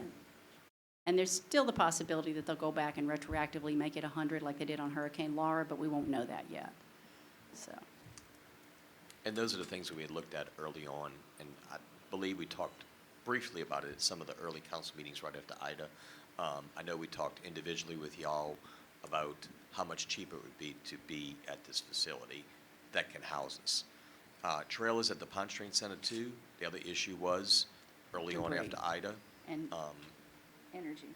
And, right, early on after Ida, and even now, and we don't know how long that's going to be, debris collection and energy. So we had no choice. We had to run government, and this was the choice that we made, which we had told y'all. So, Also, the trailers actually aren't available. I mean, that's the Right. cost of the trailers if you could find them, but they weren't available. So, I mean, and Let me say this too, and I check with code probably, twice a month to make sure, because they are the first line of defense as you're walking in. I check with the security guards. No one's complaining. I mean, people love the convenience of it. So for right now, we're not upsetting anyone. I mean, now if you just don't like it, you're going to find a problem with it, right? But the majority of our residents that walk in are enjoying the convenience of it, located right here, and how quickly you can get to everything. And a lot of departments are housed or will be housed here. Look, I got to give these two ladies credit, Natalie and Teresa. I walked y'all's offices the other day in the the sitting area and everything. Guys, your own door right there coming in. I think each and every one of you all, except Councilman Carroll, has requested to be in District 1, which I understand. But each and every one of you all have taken an office. It's very convenient, and y'all have done a great job with that, along with General Services, of course, and my team. But y'all really made that look good, the sitting area and everything. So there's a lot of convenience right now, and we have a lot of potential once the employee housing is gone. That is our presentation after an hour. Sorry. It was supposed to be brief. Very, very helpful. Thank you all for that. Other questions? Madam Clerk? Yes, sir. That will conclude the consent agenda. I have a motion by Councilmember Wilmot, seconded by Councilmember McKinney. Council members, please vote. Councilman Segura? Yay. Hayes? Yes. Brannigan? Yes. Brennan? Yes. McKinney? Yes. Wilmot? Yay. Carroll? Yay. Motion passes 7-0. Under the public appearance agenda, we have item 9, public hearings and final passage. We have none. Item 9A is ordinances for the sale, purchase, transfer, lease, and/or alienation of a movable property. We have none. Item 10 is opening of bids. We have none. Item 10 is reclassification of zoning for final passage. We have none. Item 12 is other ordinances for final passage. Item 12A is summary ordinance number 12,915. An ordinance temporarily waiving permit fees if permit was necessitated by damages from Hurricane Ida and otherwise providing with respect thereto citywide. I have a motion by Councilmember Carroll, seconded by Councilmember Wilmot. Councilman Carroll? Thank you, Madam Clerk, and thank you for reading this. This is, some information for all the people who have been dealing with challenges and everything from Hurricane Ida. It's just my opinion based on the rate that people are dealing with insurance companies, people are dealing with contractors, people are dealing with receiving their money, people are having to, some people get confirmation to get a licensed professional, some people are not. So it's just a quagmire of different things going on that I believe, to be able to give people the opportunity without having something over their head, to be able to be comfortable that we as a city are supporting them for the mere fact that we are here. It kind of like speaks for itself, for me, in my opinion. So I'm asking my council members to support the ordinance to extend the time period for the legislation. Thank you. Yes, Ms. Sala? Councilman Carroll, there are a couple issues with this proposed legislation. It violates Section 2.6 of the Charter. An emergency ordinance, according to the Charter, an emergency ordinance shall not be effective longer than 30 days after its adoption. In Section 1 of this proposed legislation, you have in there that the period begins from August 29th all through April 29th, 2022. That would violate that provision of the Charter. And I think one of the other things I wanted also to say is that the mayor already has, regarding some of the suspensions, already has that in place and has had it since August 29th, and it's still in place under the emergency ordinance. However, yours, one big thing also is that yours addresses commercial specifically, And I'm not sure if everyone is aware of that. I just want to make sure that all the council's aware that this proposed legislation is suspending commercial permit fees, not limited to building, mechanical, electronical, plumbing, and gas for commercial and/or residential, minor demolition, major or minor construction with no variances. I do believe also, my last comment is also that Section 3, I think that finance has a problem with that.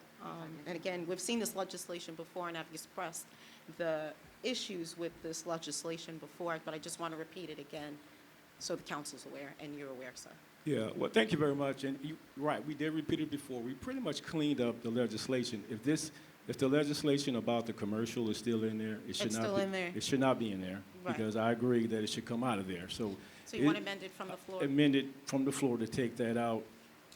As it relates to, you mentioned emergency. It doesn't say emergency anywhere in the legislation. No, that I'm saying that the mayor already No. suspended this through the emergency that is still in place now, and that has been in place since August 29th. I'm saying my ordinance does not say emergency.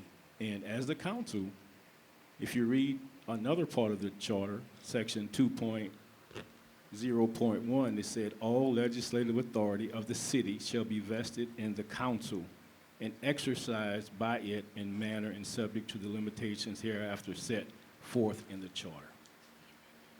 That's 2.01. Simple, plain, that is our responsibility to do this. So I'm not doing anything illegal. I'm not asking for an emergency. And as we all know, this was done before in 2005 by the council. This isn't anything against the law. We did it in 2005 for Katrina. And it was even longer. So as the people with the responsibility of the council, it has nothing to do with the mayor, what he has done. This is something that we are proposing, and I am asking the support from the council members. So if you read the charter, 2.01, you will see that. I've made my legal opinion Okay, to you, well, and I just want you to know. And I I got understand it is up to the council. and I just wanted Exactly, you and to that's know. all I'm trying to say. If it was an emergency, and I pulled that the last time as well, but it is not an emergency. All right. It is just an ordinance that we're doing like we did before. So I am asking my council members to vote on, based on the charter, which is 2.01. It is our responsibility. Now, here we are, the city of Kenner, in a building because we don't have anywhere to go. And it was said the last time, it may take even more to a year. I have spoken to the governor, who is under the emergency, doing it month by month.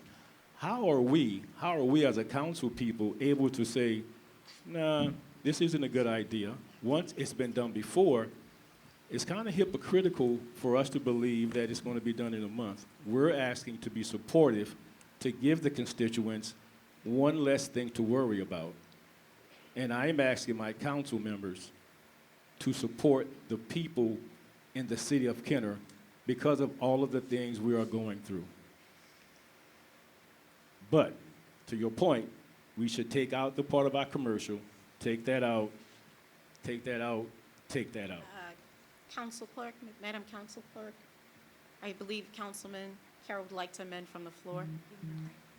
Yes, amend from the floor to take out anything relating to non-fees for commercial businesses.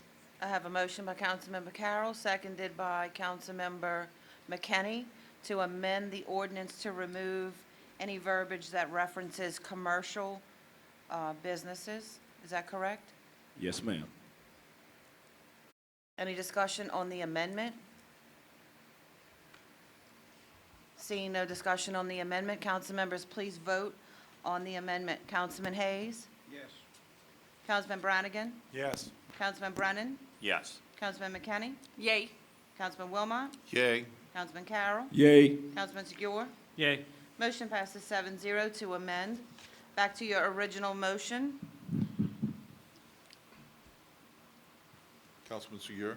I don't know, you said there was another portion relative to finance? I didn't hear any Section clarity on 3 that. refers to finance, and I do believe finance expressed Ms. Herring expressed her concerns at the last one. I just don't know if she wants to express And, it again. and we agreed to that too, to take that out the last time. It just got back in there, but again, to take that out as well. So you're putting a new amendment to take that out? Please clarify that Yes. amendment, please. Council, I believe Councilman Carroll would like to amend from the floor, removing all of Section 3. Yes, ma'am. I have a motion by Councilmember Carroll, seconded by Councilmember McKinney, to delete Section 3 from the ordinance. Any discussion on the amendment? Council members, please vote on the amendment. Councilman Brannigan? Yes. Brennan? Yes. McKinney? Yay. Wilmot? Yay. Carroll? Yay. Segura? Yay. Hayes? Yay. Motion passes 7-0 to delete Section 3. Back to your original motion as amended. Any more discussion? Councilwoman McKinney, you have the floor. Yes, thank you, Council President. I guess my main question is, in terms of what the code department is doing right now fees are being waived for residential properties. What is the plan? You guys are aligning yourself with the government's or the Yes, governor's every emergency? 30 days. So every it's 30 being days, done. okay. Yes, So we want to actually put an end date on that as opposed to just continuing it along that. You That- want it, I'm sorry? Well, no, we're not trying to end the emergency. Those are unrelated, right? So we want to put a deadline On this one? obviously, April 29th is in there. Yeah.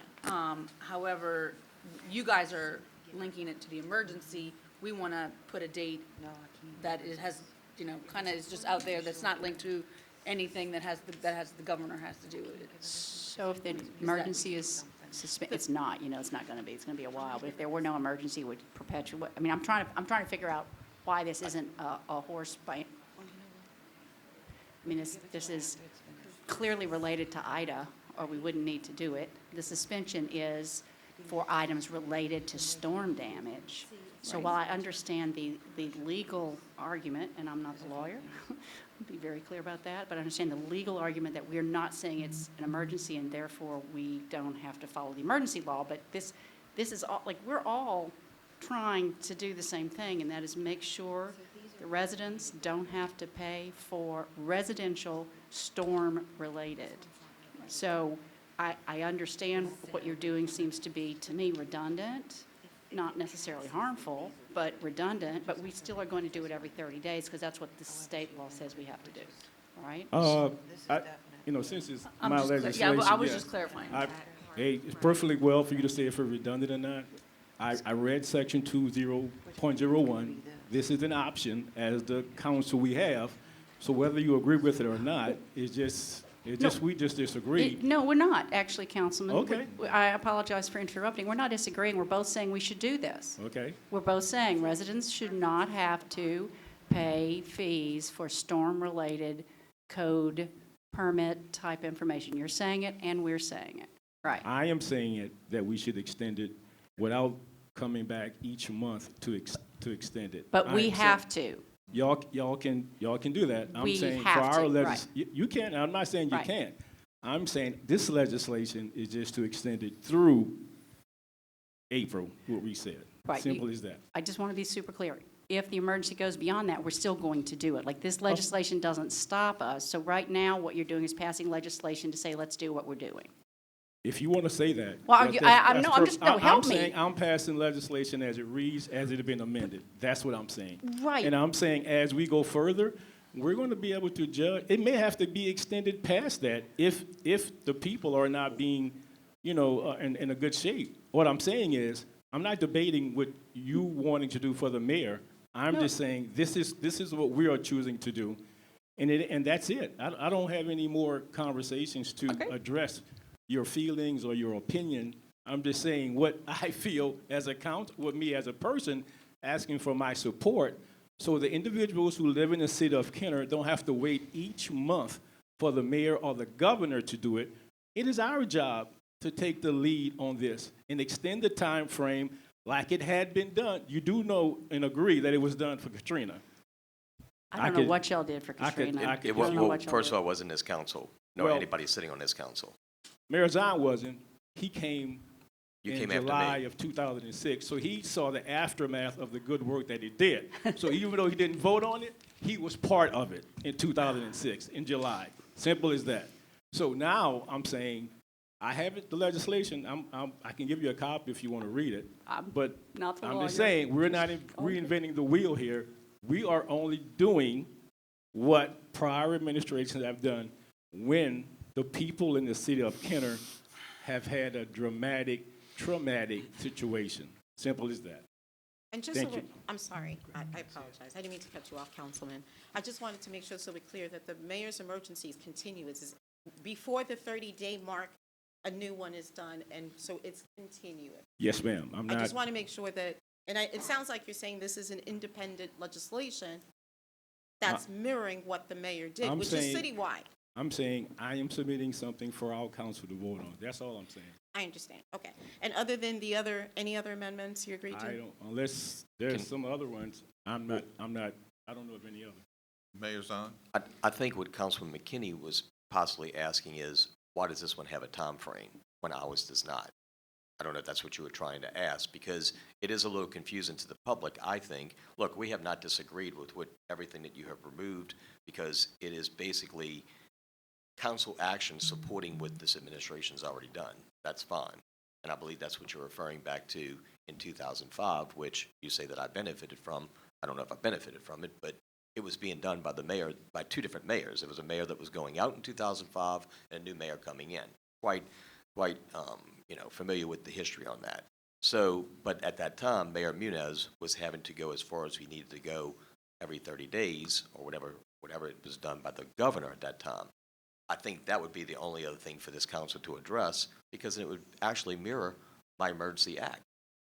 Mayor, It'd be less confusing to our again, constituents. I would like to call this for a vote. We will never agree on this. You have your opinion? I don't think we're disagreeing. We're not. So if we're not Okay. disagreeing, then we should just go on and vote on this. And if a council person disagrees with it, then vote against it. Well, I'm just saying there's been other amendments today, so maybe that would clear up, and mirror what we've already done, which would show support from the council. I think don't we're see showing the support. disagreement. I think we're showing support. I think this is something that we're doing, That's fine. I feel, to support the citizens. Confusing timeframe to the constituents. I'll say this here today. My constituents will know that we will mirror what the governor's doing, and we will not put a time frame on it. So Yeah. if the council wants to put a time frame and have people pay after that, that would be a discussion we'd have to get into later on. I think to say that we're trying to put a time frame on it is being disingenuous. What I'm saying I is, thought that was in the legislation, in the it is, ordinance. but it is not putting a time frame on it. It is putting a recommendation. Is there a that start we've- date and an end date? Mayor, let me. I had the floor first, I'm sorry. Okay. Was there a start date and an end date? August 29th, 2021 through April 29th, 2022. That's a time frame. So if y'all want to put a time frame on our constituents, when they're going to pay and when they're not going to pay, that's up to the council. But this administration is going to follow what the governor's doing, and we're not going to have our constituents paying. As long as what the ordinance is there, as long as what the Emergency Act is there from the governor and also from this administration. That's all I was trying to say, Councilman. I'm finished. All right. So what I'm saying is, it is not putting a time frame on it. It is putting a time frame on what I believe and what the council believes, that based on what's going on with all of the things for different contractors and the insurance companies, that we feel people will get some relief to know that there's a time frame in place. It may need to be extended. If it does, we will come back as a body and to look at that. It may need to be shortened depending on if things speed up. We will come back then to address that. But we are not putting a time frame on. We are considering our constituents, which is every constituent that the mayor have, to feel that we are supporting them with this legislation, and because it was done before for Hurricane Katrina. We're not inventing anything. This was done before. It worked well then. I believe it will work well now. Ms. Sala? Thank you, Council President. Councilman Carroll, I just wanted also to, one more thing that's different from the mayor's order is that the last sentence of Section 1, where it says that the owner, he or she or they have owned the property continuously since August 29th, 2021. That, I Okay. guess they're saying that if they did not own it before, or they haven't owned it, or they haven't bought property now, this does not apply to It them. only affects Hurricane Ida. That's what But if it they're is. buying property that's damaged from Ida, It affects. it doesn't, it- well, according to the ordinance, it says they have to own the property. Well, let's take out own. If you, for the property, not just own the property. If you own property that was damaged from Hurricane Ida, you will be included in this as well. Not property continuous since August 2029, August 29, 2021. So you're saying you want that out? Yes. I'm Madam saying, Council Clerk, that last sentence, section 1. Necessary to damages caused by Ida to the property to be returned, used for occupied residential further. The case of residential property persons owned, requesting a permit construction, can establish to the satisfaction of the Department of Inspection and Code Enforcement that he, she, or they have owned the property, the subject property continuously since August 2020. So we're going to take that part out, that whole part out. yes. So, I think, so after that comma, from the third sentence, that the person or persons requesting the permit. You with me, Madam Clerk, Council Clerk? Okay. That whole section, according to what Councilman Carroll just stated, to be taken out, to be amended from the floor. Ms. Nat? At look at the end of the third sentence. So it says property, comma, that the person or persons. Yeah, yes, ma'am. That's my understanding. Councilman Carroll.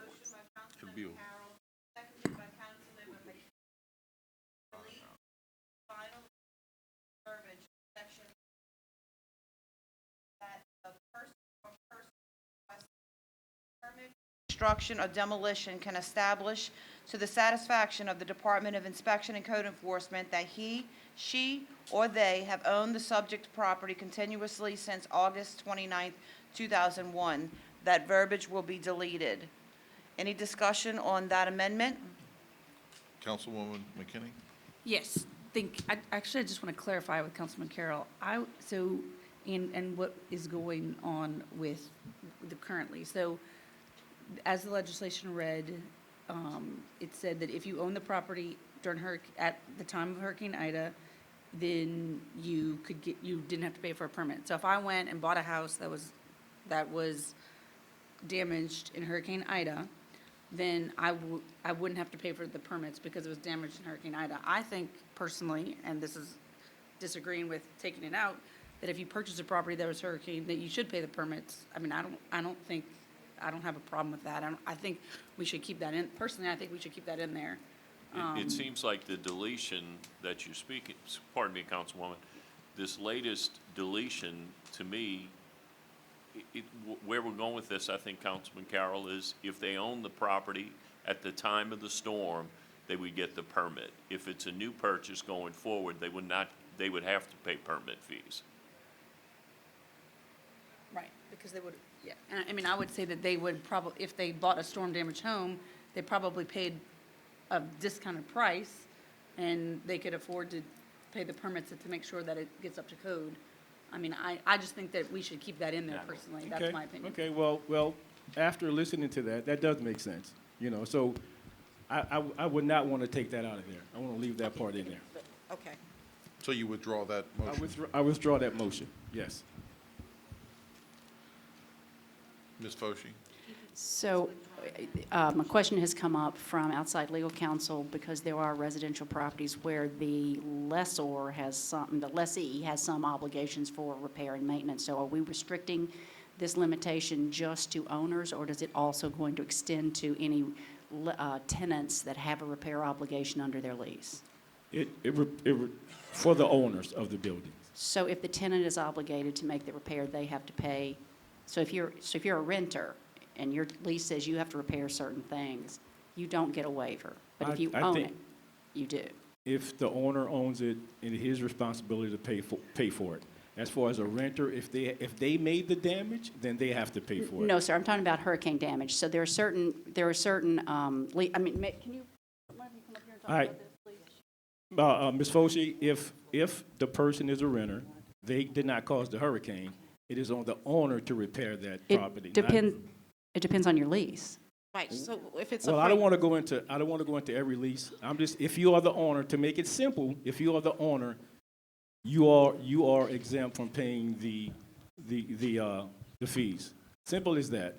We can be bringing up all of this stuff, and just to try to get it confusing, because I think that's what, if you are so much for it, it doesn't sound that way to me. Sound like you're trying to put stuff out there just to confuse. No, It is simple. I'm just saying, I'm going to call for the vote right now, because this doesn't, what you said, I'm saying, is if you own it, you get the grace on the permit fees. May I have one minute before you call, just to respond? Because this is not trying to confuse anything. There are residential leases, in like triple net leases, where you pay for the repairs and the insurance and the common area maintenance based upon your portion of that rental. This was just brought up by outside counsel, who said, don't make it owners, make it anyone who's obligated to pay. I mean, that helps more Kenner residents if you, instead of making it owners, you make it people who are obligated to repair prior to August 29, and that way you protect more people. Is that a fair? That makes sense. Okay. Yeah, people who are obligated to pay. There you go. Yes, ma'am. Doesn't have to be an owner. It could be whoever's obligated Yes. to pay. Okay. And thank you Residential. Thank you for that. Thank you, outside attorney, as well. Councilman Wilmot, I'd like to call the question. Well,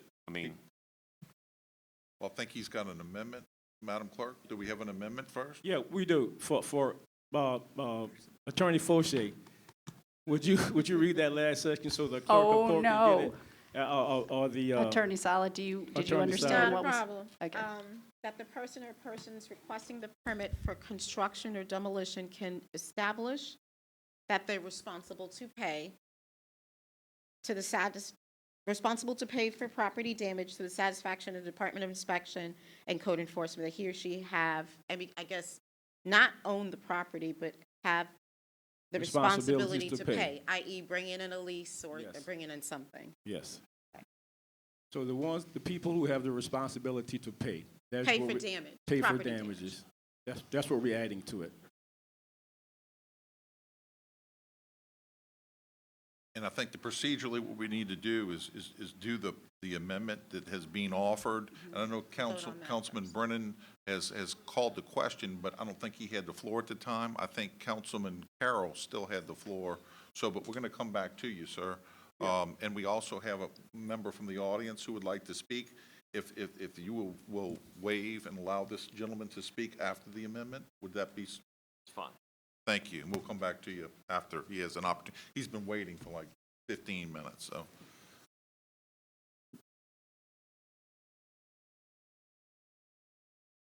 We have an amendment? Yeah. Perfect. Name and address. Sure. Pardon me, I can go first. Richard Brown, Sessions Lane, Kenner.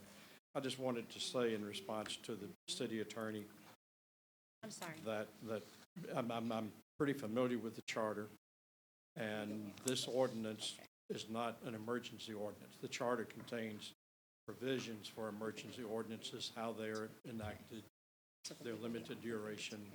It's my understanding from having read this ordinance and from being familiar with the charter, it's not an emergency ordinance. It's an ordinary ordinance. It may have a limitation as to how long it's in effect, but it's an ordinary.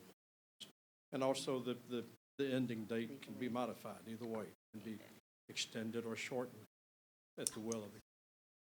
That's all I have, unless somebody has any questions. Thank you, Mr. Brown. Thank you, Mr. Brown. I have one more suggestion. We may as well. Yes, ma'am.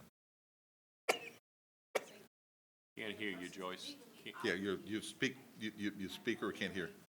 Legally obligated to pay instead of ownership. Yes. Okay.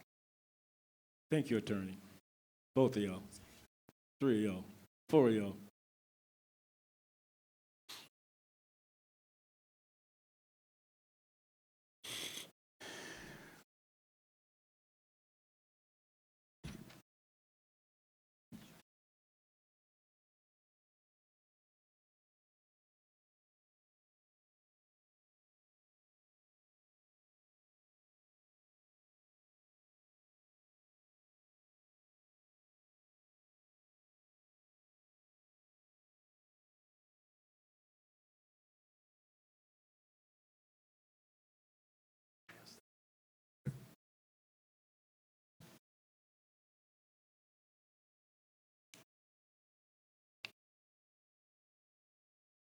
Thank you, Attorney.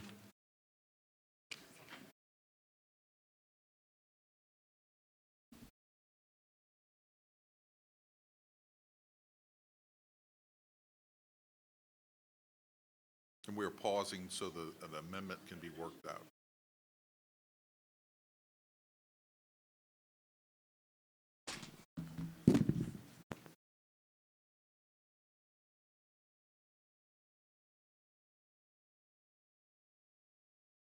Yes, ma'am. Thank you.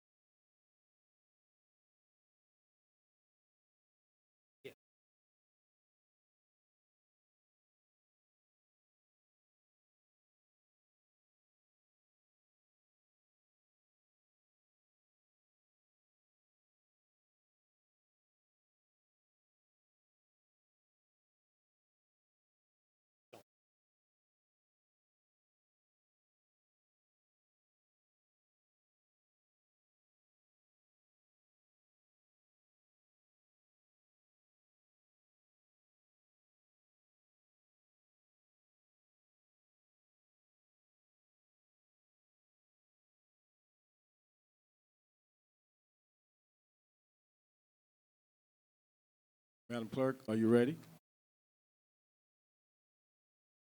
Oh, yeah. Yep. Yeah.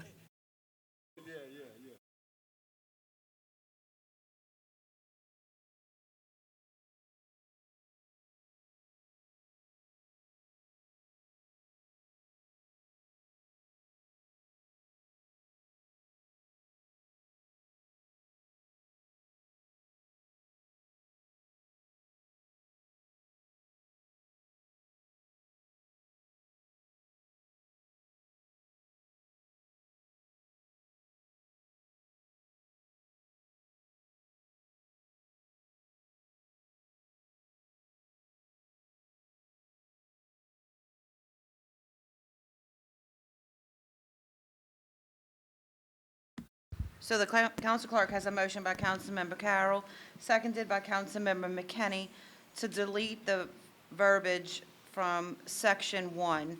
And the ending will read that he, she, or they are legally obligated to pay for property continuously since August 29th, 2021. Is that correct?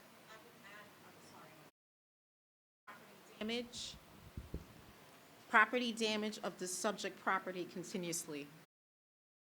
If that's okay with Councilman Carroll. That's fine with me. So let me clarify one more time. That he, she, or they are legally obligated to pay for property damage continuously since August 29th, 2021. Is that correct? Yes. Yes. Any discussion on the amendment as the clerk has read? Seeing none, council members, please vote. Councilman Brennan? On the amendment? On the amendment as the Yes. clerk just read. Yes. McKinney? Yes. Wilmot? Yay. Carroll? Yay. Segur? Yay. Hayes? Yay. Brannigan? Yes. Motion passes 7-0. I got, Back to your original motion as amended? okay, I had originally acknowledged Councilman Brennan having the floor to come back after we do the amendment. And I'm just going to put a caveat that Councilman Segur would like to ask a question regarding the legislation.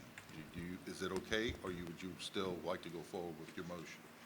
Well, can I just retract my call into question? Yes, you did not have a second, so it didn't, the clerk didn't accept it. So if you would have had a second, then it would have been a motion. Remember that at Christmas. Sorry. I'm just trying to go in order, but you're withdrawing your motion. It's all good. Okay, Councilman Segura, you have the floor. Thank you, Council President. Okay, well, at this point, I just want to ask the clerk. I'm sorry, sir. Okay, at this point, so I know we're getting ready to vote, if you could just read what's left in that legislation after we've removed and edited, so we'll know what we're voting on? Sure. You guys ready? I'm going to read section 1. You want the whole legislation or just section 1? I'll read it the all. whole thing, because I'm not sure where we at on what went out and what got changed. Okay, section 1. All permit fees, including but not limited to building, mechanical, electrical, plumbing, and gas for residential minor demolition, major or minor construction with no variances, major or minor alteration with no variances, and major or minor renovation with no variances are hereby waived, are hereby temporarily suspended during the period beginning on August 29th, 2021 through April 29th, 2022, provided that the work to be permitted is within the judgment of the Department of Inspection and Code Enforcement necessary to correct damages to the subject property caused by Hurricane Ida to allow the property to be returned to or to be occupied for residential use, and further providing that in that case of residential property, that the person or persons requesting the permit for construction or demolition can establish to the satisfaction of the Department of Inspection and Code Enforcement that he, she, or they are legally obligated to pay for property damage continuously since August 29, 2021. Section 1. Section 2, that the Department of Inspection and Code Enforcement shall refund any fee paid by any person or persons who had paid a permit fee prior to the effective date of this ordinance if the fee would have been subject to waiver had the ordinance been effective at the time the permit fee was assessed, and if the department finds that the applicant for the refund would have been entitled to a waiver or the fee under the provisions of this ordinance. Said refund shall be remitted automatically by the department to the payer of the fee by U.S. mail, properly addressed and postage prepaid within 60 days of the effective date of this ordinance. Thank you. Back to your original motion as amended.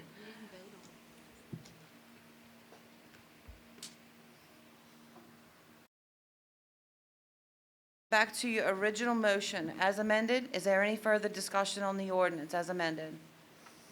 Seeing none, council members, please vote. Councilman McKinney. Yes. Councilman Wilmot. Yay.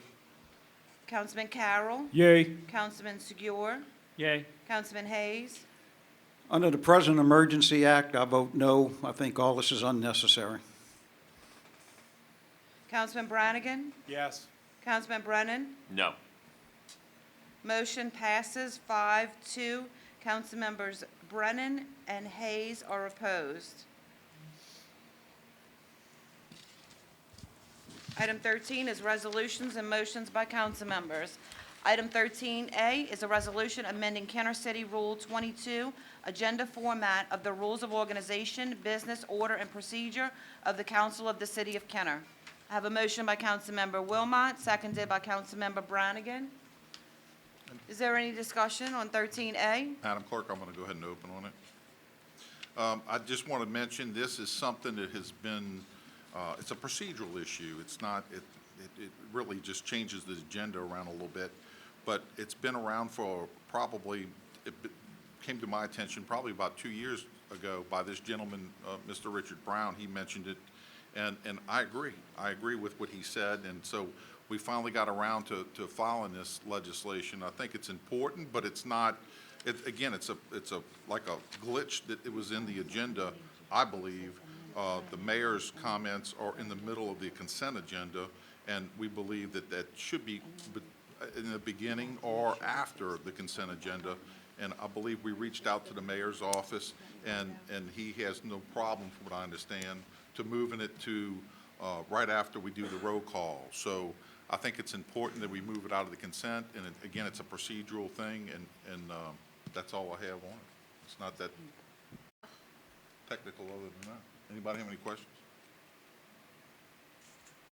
Mr. Brown, you have the floor, name and address. Thank you. Richard Brown. Oh, thanks. Is the microphone on? Yep. Richard Brown, Sessions Lane, Kenner. I want to congratulate the council on taking this up and to thank Councilman Wilmot, and I've discussed it with some of you in the past. The issue is simply that the mayor's report, which sometimes, like today, took just over an hour, really has no place being in the consent agenda. The consent agenda is for those items that are non-controversial, no discussion is required, block party permits, approving the minutes, that sort of thing, where you take care of several items of business in one fell swoop with one vote. And a report from the mayor or anybody else, any other reports, don't belong in that portion of the agenda. Also, when you vote to approve the consent agenda, you're actually voting to approve the mayor's report, whether you agree with it or not. You know, personally, I think the mayor's report should actually come right after the consent agenda, should be the first thing after the consent agenda. But the council can put it anywhere it wants to. Putting it right in ahead of the consent agenda is okay as well. The main thing is just to take it out of the consent agenda so the consent agenda works the way it should. Thank Does you, anybody have any questions? Councilman Brannigan. I just wanted to know if we were going to put a limit on that, time limit. I'm just kidding. Thank you, Mr. Brown. Council.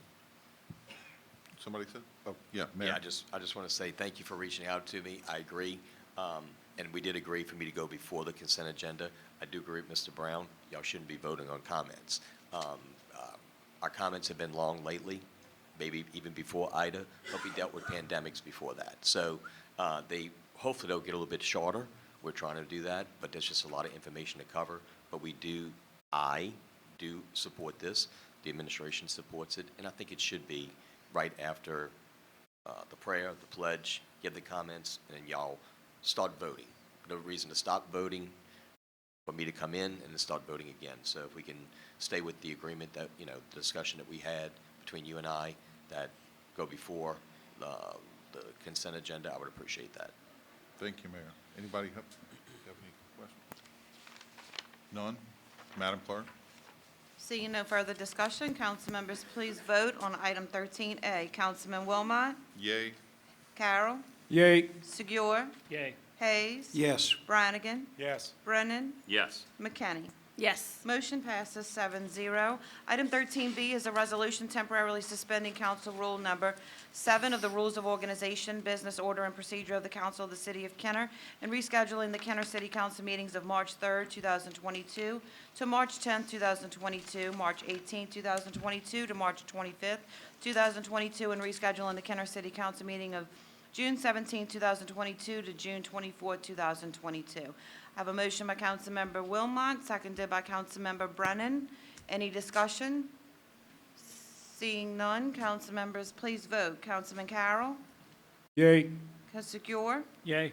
Hayes? Yes. Brannigan? Yes. Brennan? Yes. McKinney? Yay. Wilmot? Yay. Motion passes 7-0. Item 13C is a resolution temporarily suspending Council Rule Number 7 to relocate the Kenner City Council meetings to the Macy's Building at 1401 West Esplanade Avenue in Kenner, Louisiana, for the first 3 months of the calendar year of 2022. I have a motion by Councilmember Brennan, seconded by Councilmember Segur. Is there any discussion? Seeing none, council members, please vote. Councilman Segur? Yay. Hayes? Yes. Brannigan? Yes. Brennan? Yes. McKinney? Yes. Wilmot? Yay. Carroll? Nay. Motion passes 6-1. Councilmember Carroll is opposed. Item 13D is a resolution authorizing the placement for temporary signs on a public property for Don Buster's Kiwanis Club. I have a motion by Councilmember Hayes, seconded by Councilmember McKinney. Any discussion? Council members, please vote. Councilman Hayes? Yes. Brannigan? Yes. Brennan? Yes. McKenney? Yes. Wilmot? Yay. Carroll? Yay. Segur? Yay. Motion passes 7-0. Item 14 is items removed from the consent agenda. We have none. Item 15 is acceptance of contracts and similar matters approved by the mayor. Item 15A is summary ordinance number 12,911. An ordinance approving a cooperative endeavor agreement for improvements to the City of Kenner's wastewater system with the Louisiana Department of Treasury and the State of Louisiana in an amount not to exceed $400,000. I have a motion by Councilmember Carroll, seconded by Councilmember McKenney. Councilman Brannigan? I just wanted to thank the Louisiana delegation, Debbie Villio, Joe Stagney, Kirk Talbot, and Gary Smith for getting this stuff done for us. Yes. I guess, Tom Schreiner, if you will, please. I got a question, just if you will, just in general, just so the public understands what this does. Yes, sir, this is an appropriation that, we're fortunate to get. It is for $400,000, and it is strictly to cover wastewater system improvements. This one is going to cover sewer system rehab in, in 8 subbasins, touching on all the council districts, I believe, with the possible exception of District 1. We're going in there, we're going to be doing things like point repairs, lining certain pipes that are leaking or cracked and things like that, some manhole repairs, other related things. So that's what it's going to cover. And this came through our Louisiana delegation, as Councilman Brannigan said, I presume. So it's all good stuff, so. Yes, sir. Very good. Yes, sir, that's correct. Anybody else have any questions? Seeing, thank you. Madam Clerk? Council members, please vote on item 15A. Councilman Brannigan? Yes. Brennan? Yes. McKenney? Yay. Wilmot? Yay. Carroll? Yay. Segur? Yay. Hayes? Yes. Motion passes 7-0. Item 15B is summary ordinance number 12,912. An ordinance authorizing the use of state contract number 44000222728 with Motorola Solutions Incorporated for the purchase of 12 Motorola APX 6000 700/800 model 2.5 portable radios and all necessary accessories and software for programming in an amount not to exceed $57,928.80 for the fire department. I have a motion by Councilmember Brannigan, seconded by Councilmember Brennan. Any discussion? Council members, None. please vote. Councilman Brennan? Yes. McKenney? Yes. Wilmot? Yay. Carroll? Yay. Segur? Yay. Hayes? Yes. Brannigan? Yes. Motion passes 7-0. Item 15C is summary ordinance number 12,913. An ordinance approving amendment number 1 to the agreement with Polydyne Incorporated to provide polymer, which increases the agreement amount to $154,850 for the Department of Wastewater. I have a motion by Councilmember Segur, seconded by Councilmember Hayes. Is there any discussion? If we can, Mr. Schreiner, just an explanation for the public, please. It is an increase.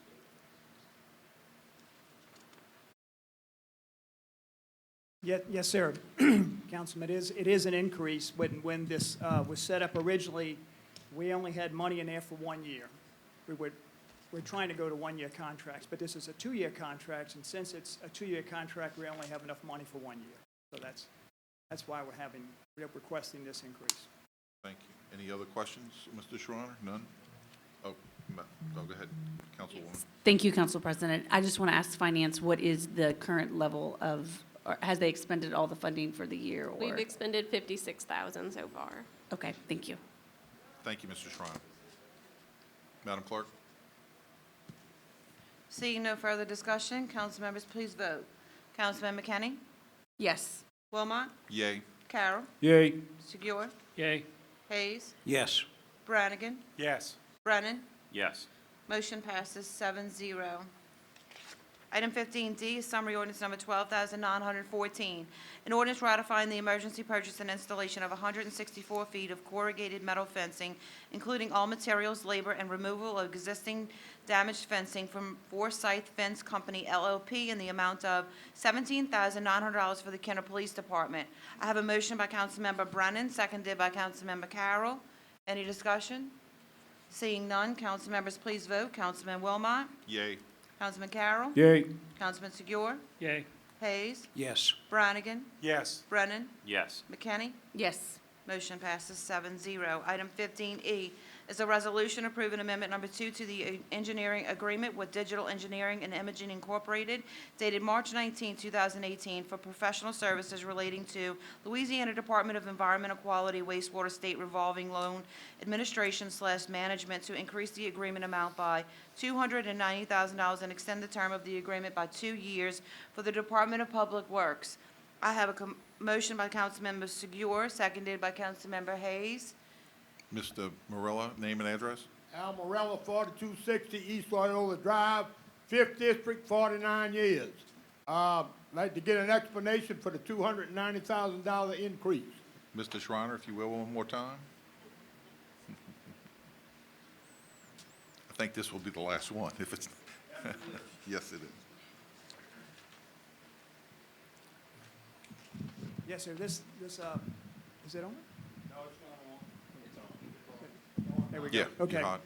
Yes, sir, this is an extension to the digital engineering contract. They are the program managers for this program and have stewarded this project since its inception. What we're asking for is yes, the increase in the fee and also a 2-year extension. This firm completes all these different activities for us, including the program management, which is managing other consultants that are doing work. They also are applying for grants. They recently applied for a $5 billion grant through the water sector grant. And there are many activities that they're doing for us, and also they're doing minor design services as well. And in one of the appropriations, they had to step up and do design services because we had a limited amount of time, and we couldn't go through a selection process. So anyway, we're asking y'all to approve this. We feel this is a great service that we've been getting from this firm. And again, we'd ask you to approve this.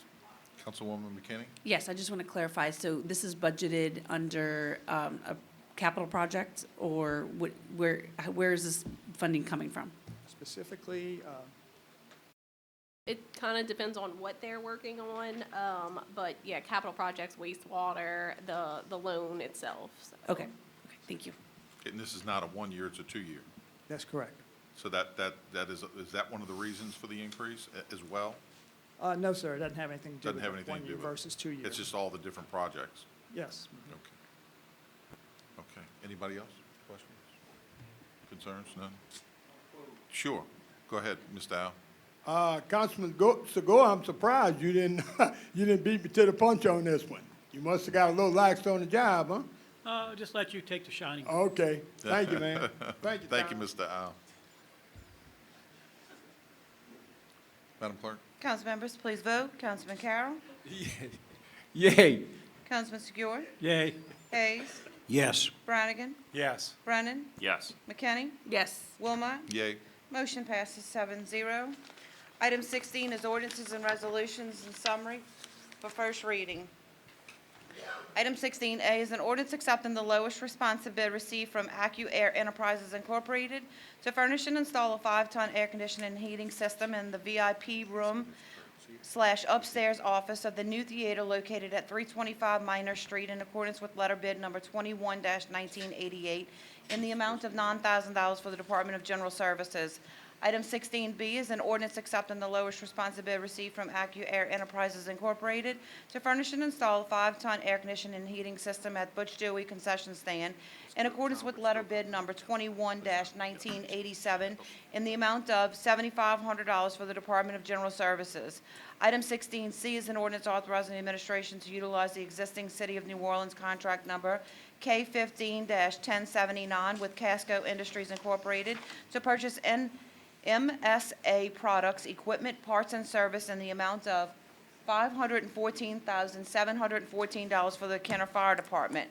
Item 16D is an ordinance approving a cooperative endeavor agreement with the Rivertown Improvements with the Louisiana Department of the Treasury and State of Louisiana and the amount not to exceed $150,000 for the Department of Public Works. Item 16E is an ordinance approving a cooperative endeavor agreement with the Lincoln Manor Subdivision Drainage Improvements with the Louisiana Department of the Treasury and the State of Louisiana, and an amount not to exceed $417,500 for the Department of Public Works. Item 16F is an ordinance approving a professional services agreement with LeBlanc, Fantassi, and Vilio LLC for legal services and an amount not to exceed $200,000 annually.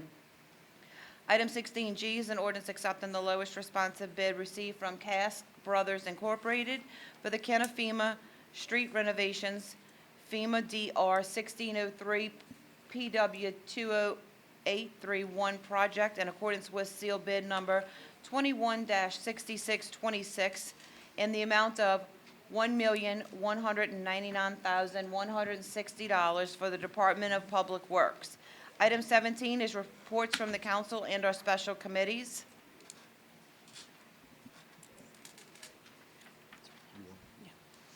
Councilwoman McKinney? Thank you, Council President. I just wanted to let the public know that both Councilman Wilmot and I are driving around. I think about 2 meetings ago or 3 meetings ago, they had and our colleagues know that we're driving around all of the major thoroughfares, in the evenings, looking for lights that are out and reporting them to Energy. We really wanted to do a kind of a survey of where the lights out. Since the time change, it feels like it's midnight at 6 o'clock. I think it's really important for safety, sense of community, and also just helping the police department and the administration going around, making sure that all the lights are out.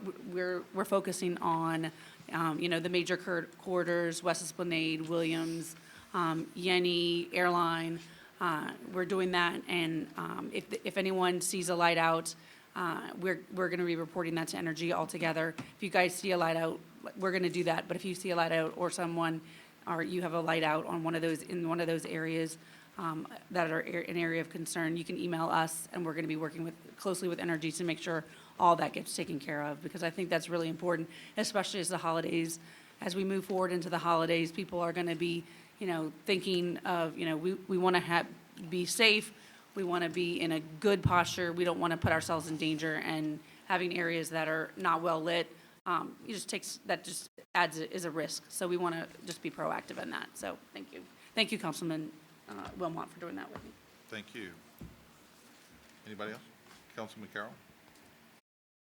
Thank you, Mr. President. And as the mayor alluded to earlier about, different things going around the city of Kenner to support our residents, this is a time of year that the city of Kenner actually shows our heart and where our compassion is, and he is correct. And one of the things, as you mentioned, was yesterday, the city of Kenner, along with District 1, Thanksgiving basket for the seniors in the city of Kenner. We normally have a dinner for the past 30 years, but unfortunately we could not sit down this time. But we were able to have a drive-through at Buddy Lawson to give the seniors a turkey and some fixings and goodies to be able to have for their families. And that was a blessing itself. And I really appreciate the support from particularly the administration, Community Development, Director Shaw, who boots on the ground, was helping it.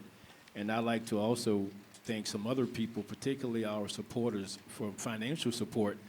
Entergy, you see Patrick come in here and talk about the lights, but he's always supportive of the times to support in other ways that he can from his department in Entergy.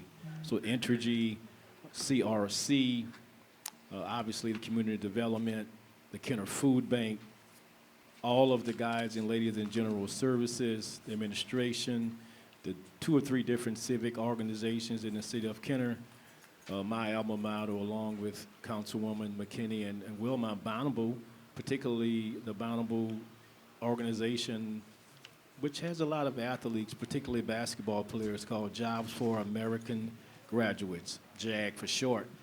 The young lady over that group that teaches a class for that, her name is Miss Denisha Shaw, Yes, she is. She's the niece of Attorney Shaw. So, you know, as you can see, Ms. Shaw and her family have been supportive in the greater Kenner area for many, many years. I'd like to thank Director Snyder for coming, Ms. Fauché for coming. I'd like to thank Councilwoman Kelly Hand for coming. I'd like to thank Ms. Linda Wright, who provided the music. I'd also like to thank Mrs. Claus. I can't think of her last name. Mayor, could you help me with Mrs. Claus' last name? Ms. Barrett, Ms. Carolyn Barrett. Ms. Barrett, I want to thank, I shouldn't have told her about Mrs. Claus, but Ms. Barrett, thank her for coming as well. But particularly, I'd like to thank the young men and women, two groups, the young men and women from Bountiful High School for the JAG group and the Kenner Police Department. You know, it was raining that morning.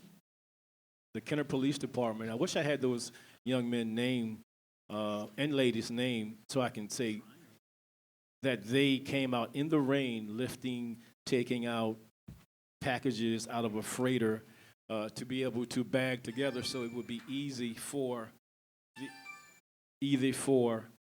the citizens to get. And I'd like to thank the chief for his support for his officers who came out 7:30 to 8 o'clock to do that in the rain. And the young men and women, you can never replace young youth with energy and as quick as they are and how they move. So I'd like to thank the school too, who provided a bus, paid for the bus, for them to be able to come and support. I'd like to thank Attorney Shaw for buying the students lunch as well, and the community, because you know, my name is on the letter along with the mayor and everybody about people from the city of Kenner, but it is the people on the ground that help organize this and set up the bags, set up the stations, you know, the different groups that support, that really deserve the accolades. And we have been fortunate to have people like that in the city of Kenner. And we look forward to the other events, as the mayor alluded to, that are coming between now and the Christmas and the holiday season. So thank everyone for their support. Thank everyone here that has supported in the past. And if it's even just to talk about it, one more thing, one more supportive organization, Church of the King, along with the Convoy of Hope, will be at the Susan Park Gym tomorrow from 12 to 2. They will be cooking food and giving out not as many turkeys and stuff that we did yesterday, but they will be giving some things for smaller baskets for people that come out. I think their limitations is like 200, maybe 250. So the first 200, 250 that will able to come out, I think they'll be able to feed more people than give out baskets, but still, it is still blessings to be able to receive that. So thank them as well. And I don't know if the mayor want to, have you mentioned one from Vineyard, Mayor? I was going to wait because I was on a voucher Okay. system. Yeah, I'll just- We can give credit to that next Yeah. next meeting because you got to have a voucher. Oh, well, Okay. I won't mention that. Okay. I'll just close with, the Church of the King at the Susan Park Gymnasium. Come out between 12 and 2, get a hot meal. Hopefully they have some soup or hot cocoa if the weather stays like this. But again, thanks for the citizens of Kenner who always support in the time of need that we're going through right now. And we look forward to the continued support. Thank you. Thank you, Mr. President. Thank you, Councilman Carroll. Councilman Brannigan. I would just want to let the residents of District 4 know that the curb project, we had signed the fund form for the curb project in District 4, and that should be starting shortly. Councilwoman McKinney. Yes, thank you, Councilman Wilmot. I apologize for not mentioning this earlier. Actually, I just wanted to also thank the Vineyard CRC, the City of Kenner. They're also doing a giveaway, a turkey giveaway. Wait, what?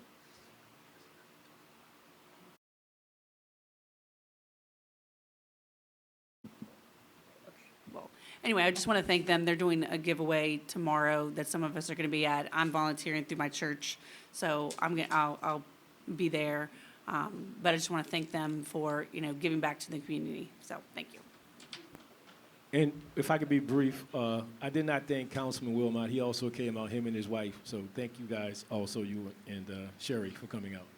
Thank you, Councilman. Anybody else? No? Okay, we got, Item 18, is new business. Item 18A, at the request of Councilman Brennan, an update on the funds secured to improve the City of Kenner's wastewater system given by Senator Kirk Talbot. I actually have a motion by Councilmember Brennan, seconded by Councilmember McKinney to remove this item. Senator Talbot was unable to attend. Council members, please vote to remove this item from the agenda. Councilman Hayes? Yes. Brannigan? Yes. Brennan? Yes. McKinney? Yes. Wilmot? Yay. Carroll? Yay. Segur? Yay. Motion passes 7-0 to remove. Item 19 is unfinished business and a motions to reconsider or remove from a tabled position. We have none. Item 20 is persons wishing to address the council on special subject matters. I think we have a couple. Mr. Gregory Teff, if you will, name and address, sir. Name's Greg Teff, 3720 West Loyola Drive here in Kenner. Actually, I've got a couple things I want to bring up. One of them is, and you don't have to answer it now because I only got 3 minutes. So rather than interrupt me, please answer me after I speak. This would go to President, Council President Wilmot. At the last council meeting of November 4th, it was on the agenda for this meeting, summary number 12916. But it's not on here. It has something to do with the budget. But for some reason it didn't. It was on first reading, but not on this particular one. We're going to let them continue on. We'll answer that after you finish, sir. And then the other thing I wanted to bring up, and I don't want this to be taken as me judging you or coming against you or fighting with you, but I just want to bring some things up that that to me and some of the citizens of Kenner appear to be a problem. One of the things that's happening is that a lot of our codes and ordinances are not being adhered to. People are allowed to break them, and nobody is doing anything about it. For example, we've been having a tremendous amount of people speeding through neighborhoods. And a lot of the speeding is coming after school is out, which means you've got students walking home. You got sidewalks blocked, so they have to walk out in the street. But yet, if you got someone that's like in my street where it's 20 miles an hour, and they're doing 35 to 40 miles an hour, and as they're going, they're revving up their engines so that everybody can hear how bad their mufflers are. That's not, that's a problem. On Williams Boulevard, I literally saw on several occasions, and I'm glad I did count to 3, people blow right by the red lights. The light will change yellow, but rather than them slow down like you're supposed to, they're blowing by them. And it happens, and I saw it happen 4 times at 4 different stoplights. The same thing happens at Loyola, especially where the Sam's is. They continue, just blow right through it, and if you didn't count, you would be smashed. But and I'm not saying that everybody's doing a bad, I'm just saying that these things are happening that needs to be addressed, is really what I'm trying to say here. The other thing is, stop signs, we might as well take them down, because people, they don't stop. In fact, on the way here, they didn't even slow down.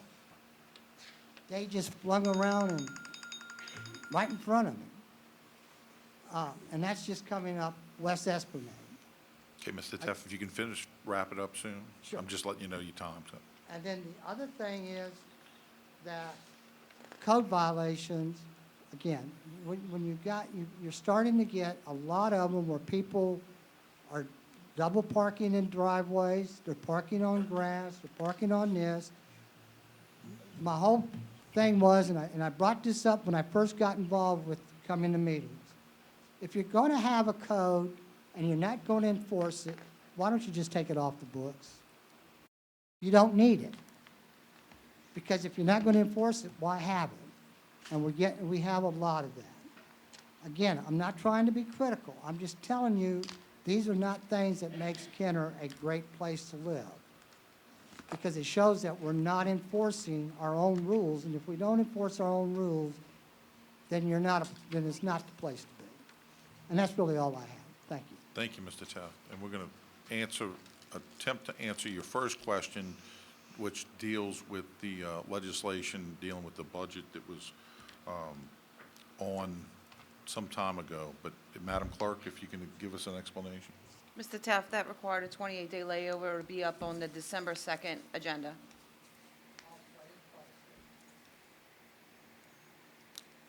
Okay, you have, Next council meeting. and if you have, I don't know if anybody wants to address any other questions that Mr. Taft had from code issues. Is it code? Yeah, we'll continue to enforce the code. The code department obviously has been dealing with a lot of things in the city of Kenner in the aftermath of Ida. But Mr. Taft, we see that issue. We will start working with the code department, pass it on to them, and start looking. Look, more help in code would be helpful, but we'll do what we can do on the code issue. Thank you, Mayor. Name and address. Al Morella, 4260 East Loyola Drive, 5th District, 49 years. First and foremost, I want to thank the people of Kenner who turned out on November 11th to support us veterans. They are the major reason it was such a success that it was. I want to also express my appreciation to those council members who came out and supported us as well. The administration, everyone in the administration who was involved in putting it together. Job well done, very successful, and I hope it continues to do so. Now, I want to thank the people who came, the speakers who came at the last meeting and addressed these issues that Mr. Tepp was just reiterating. Now, I believe the problem is that these campaign contributors, these political campaign contributors back here, they view their campaign contributions as political access. Sort of like an investor on Wall Street. When they invest in the stock, they expect a return on their investment. So I'm going to say this to the people who think the solution is to leave in our city. That's not the solution. The solution is to stand up and fight for Kenner. This is our town. People who have grown up here, lived here all their lives, and have taken over houses that's been in their family for years. We need to stand up and we need to fight for this city. And we need to hold our elected officials' feet to the fire to go ahead on and enforce these ordinances we have on the book. These ordinances were designed to enhance the quality of life in our city and to attract new families here. That's what they were designed for. But if they're not going to be enforced, they're not worth the paper they're written on. Now, a little earlier, Chad Pitfield stood up here and said, maybe these people think they can do what they want by trashing our city. And he don't know why they think they could just do what they want. Well, I know why. Because as long as there's no accountability, they're going to continue to keep doing it. That fine is pretty steep on that ordinance we have in this city concerning that litter law. Very steep one. So, now, on first reading, 16F, we need to make sure this law firm, this is not my representative, Debbie Villio, who represents the 79th District in Baton Rouge, that she's not one of the partners in this law firm. Because that may be, if she is, I'm not saying she is, all I see is the name Villio, then we need to look at this if it is her and make sure this is not a conflict of interest. Now, I want to respond to Councilwoman McKinney and Councilman Wilmot.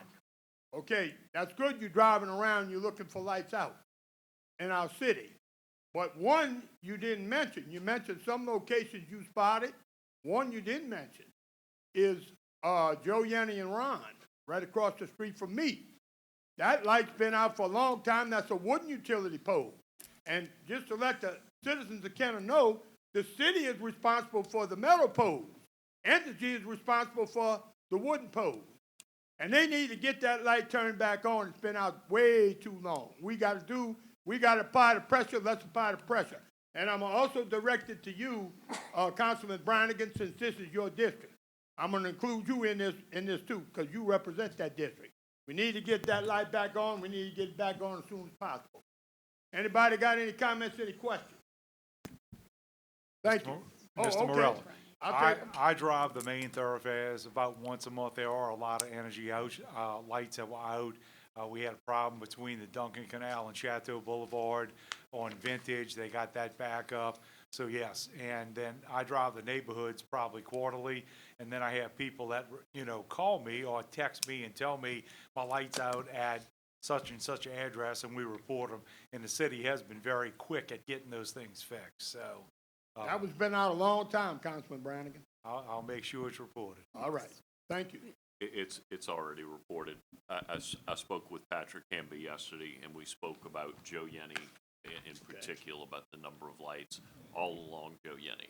So not just 5, not just 4, Right. but from one end to the other. Thank you very much. Councilwoman McKinney? Just to that is on the list. I actually drove down Yenny. That was one of the ones, and that area, you're right, is very dark along there. So ma'am. it's definitely on the list in here, and I'm glad to, if we all report it, it'll definitely get One more other likely thing- to get done. So And one other thing, Councilwoman McKinney, we need to make that one, every one of them's priority. We need to make that one top priority because of that bridge right there, with that natural gas line that runs alongside of it. We don't need no mishap on that bridge. Thank Okay? you. Anybody else? Thank you, Ms. Dow. Thank you. Mr. Richard Brown, name and address, sir.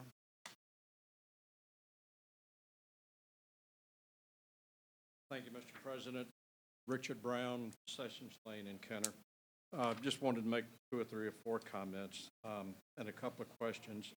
First off, I wanted to thank Tom Wilmot for bringing this motion and the council for adopting the motion to change the council rules to make the mayor's report a separate item.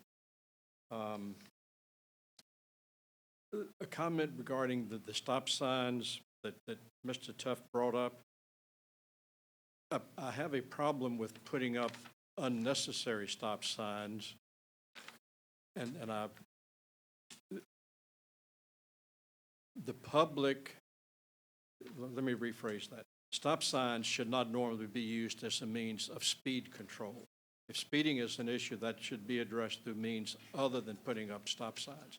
When you put stop signs up at places where the public thinks it's illogical, like a 1 block long dead-end street, that comes into the main street, that only has maybe 20 houses on the whole street. Yet on the main street, there's a stop sign there. The public feels like, this stop sign is ridiculous. They start ignoring it, and that happens all over the city, all over the state, all over the country. When you put speed limit signs that have the speed limit set too low up all over the place, or stop signs that aren't really necessary, it leads to a sense, a feeling of the public that this is nonsense. So the public either blows through them or they just do a rolling stop. And honestly, in most cases, a rolling stop probably perfectly adequate if the object is just to look around and make sure somebody's not coming from the other direction. As to the Veterans Day ceremony, I'd forgotten about this until Mr. Morella spoke on it. Is there some reason that the city, this I guess is for the mayor and the CAO, that the city is not advising the public in advance of these ceremonies? We see it on Facebook later, we hear about it, we see videos that were taken, but the public got no advance notice of these ceremonies.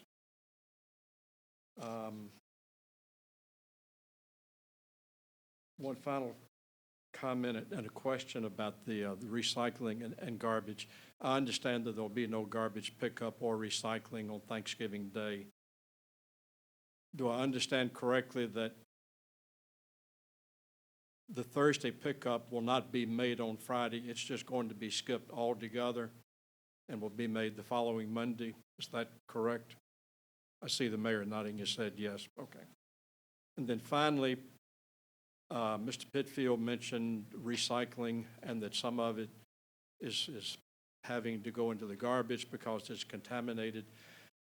I've heard a report just in the past week or so that the vast majority of Kenner's recycling, especially that which is taken to the drop-off site, is not being recycled, but it's being mixed in with the garbage, far more than you would expect from normal contamination.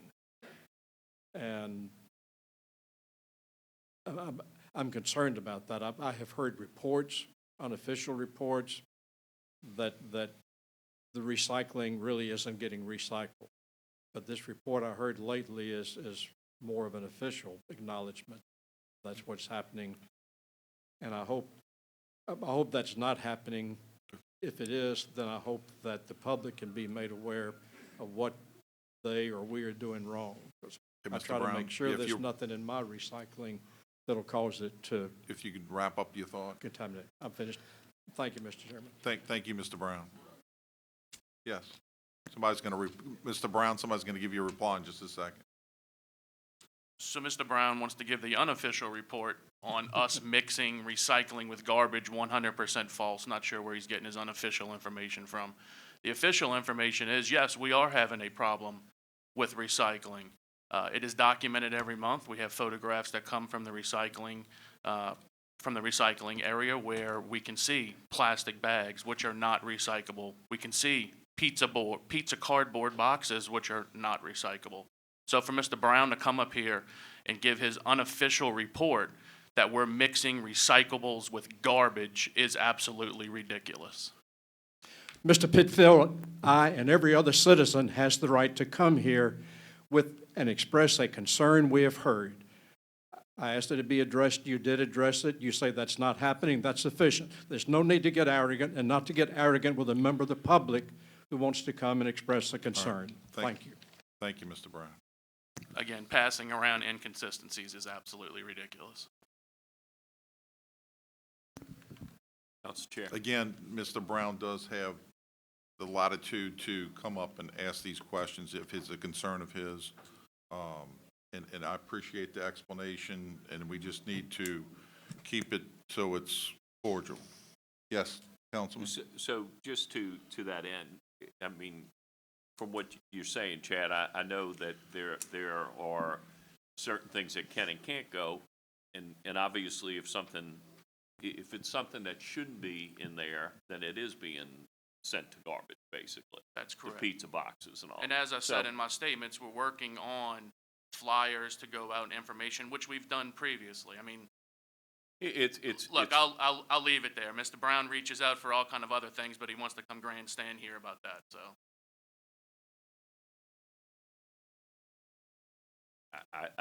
I have to say I agree with Mr. Brown's comment, and I don't think it was an insinuation that anybody's doing anything incorrect.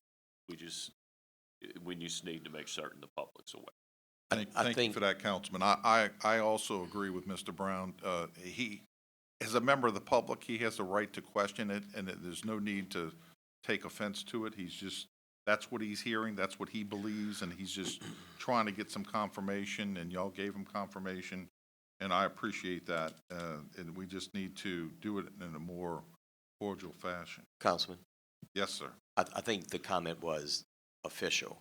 So it's not, I mean, if Mr. Brown wants to say publicly where it officially came from, that might clear up the problem. But nothing's official by coming up here and asking a question. If it's official, he wouldn't have to ask the question. So when the term official was used, yes, the administration takes offense to that. Because it's not, I mean, unless he has something that we don't have, I mean, I don't, and I don't know where this official news is coming from. So I think that's where everything went in a different direction on that. Maybe if the word official wasn't used, I mean, you look, this administration works at this every day on this particular situation. This is something Mr. Pitfield acknowledges and works hard with IV Waste, as you heard him say earlier today. 8 o'clock conference call. At 8 o'clock, I don't know what everybody else was doing, but Mr. Pitfield, like other members of my administration or executive staff, was on the phone on a conference call dealing with garbage and dealing with recycling. So we gave our presentation. We're not saying the public doesn't have a right to make comments, but the term official is a little off. Thank you, Mayor. Anybody else? Comments, questions? Okay, entertain a motion. We're adjourned.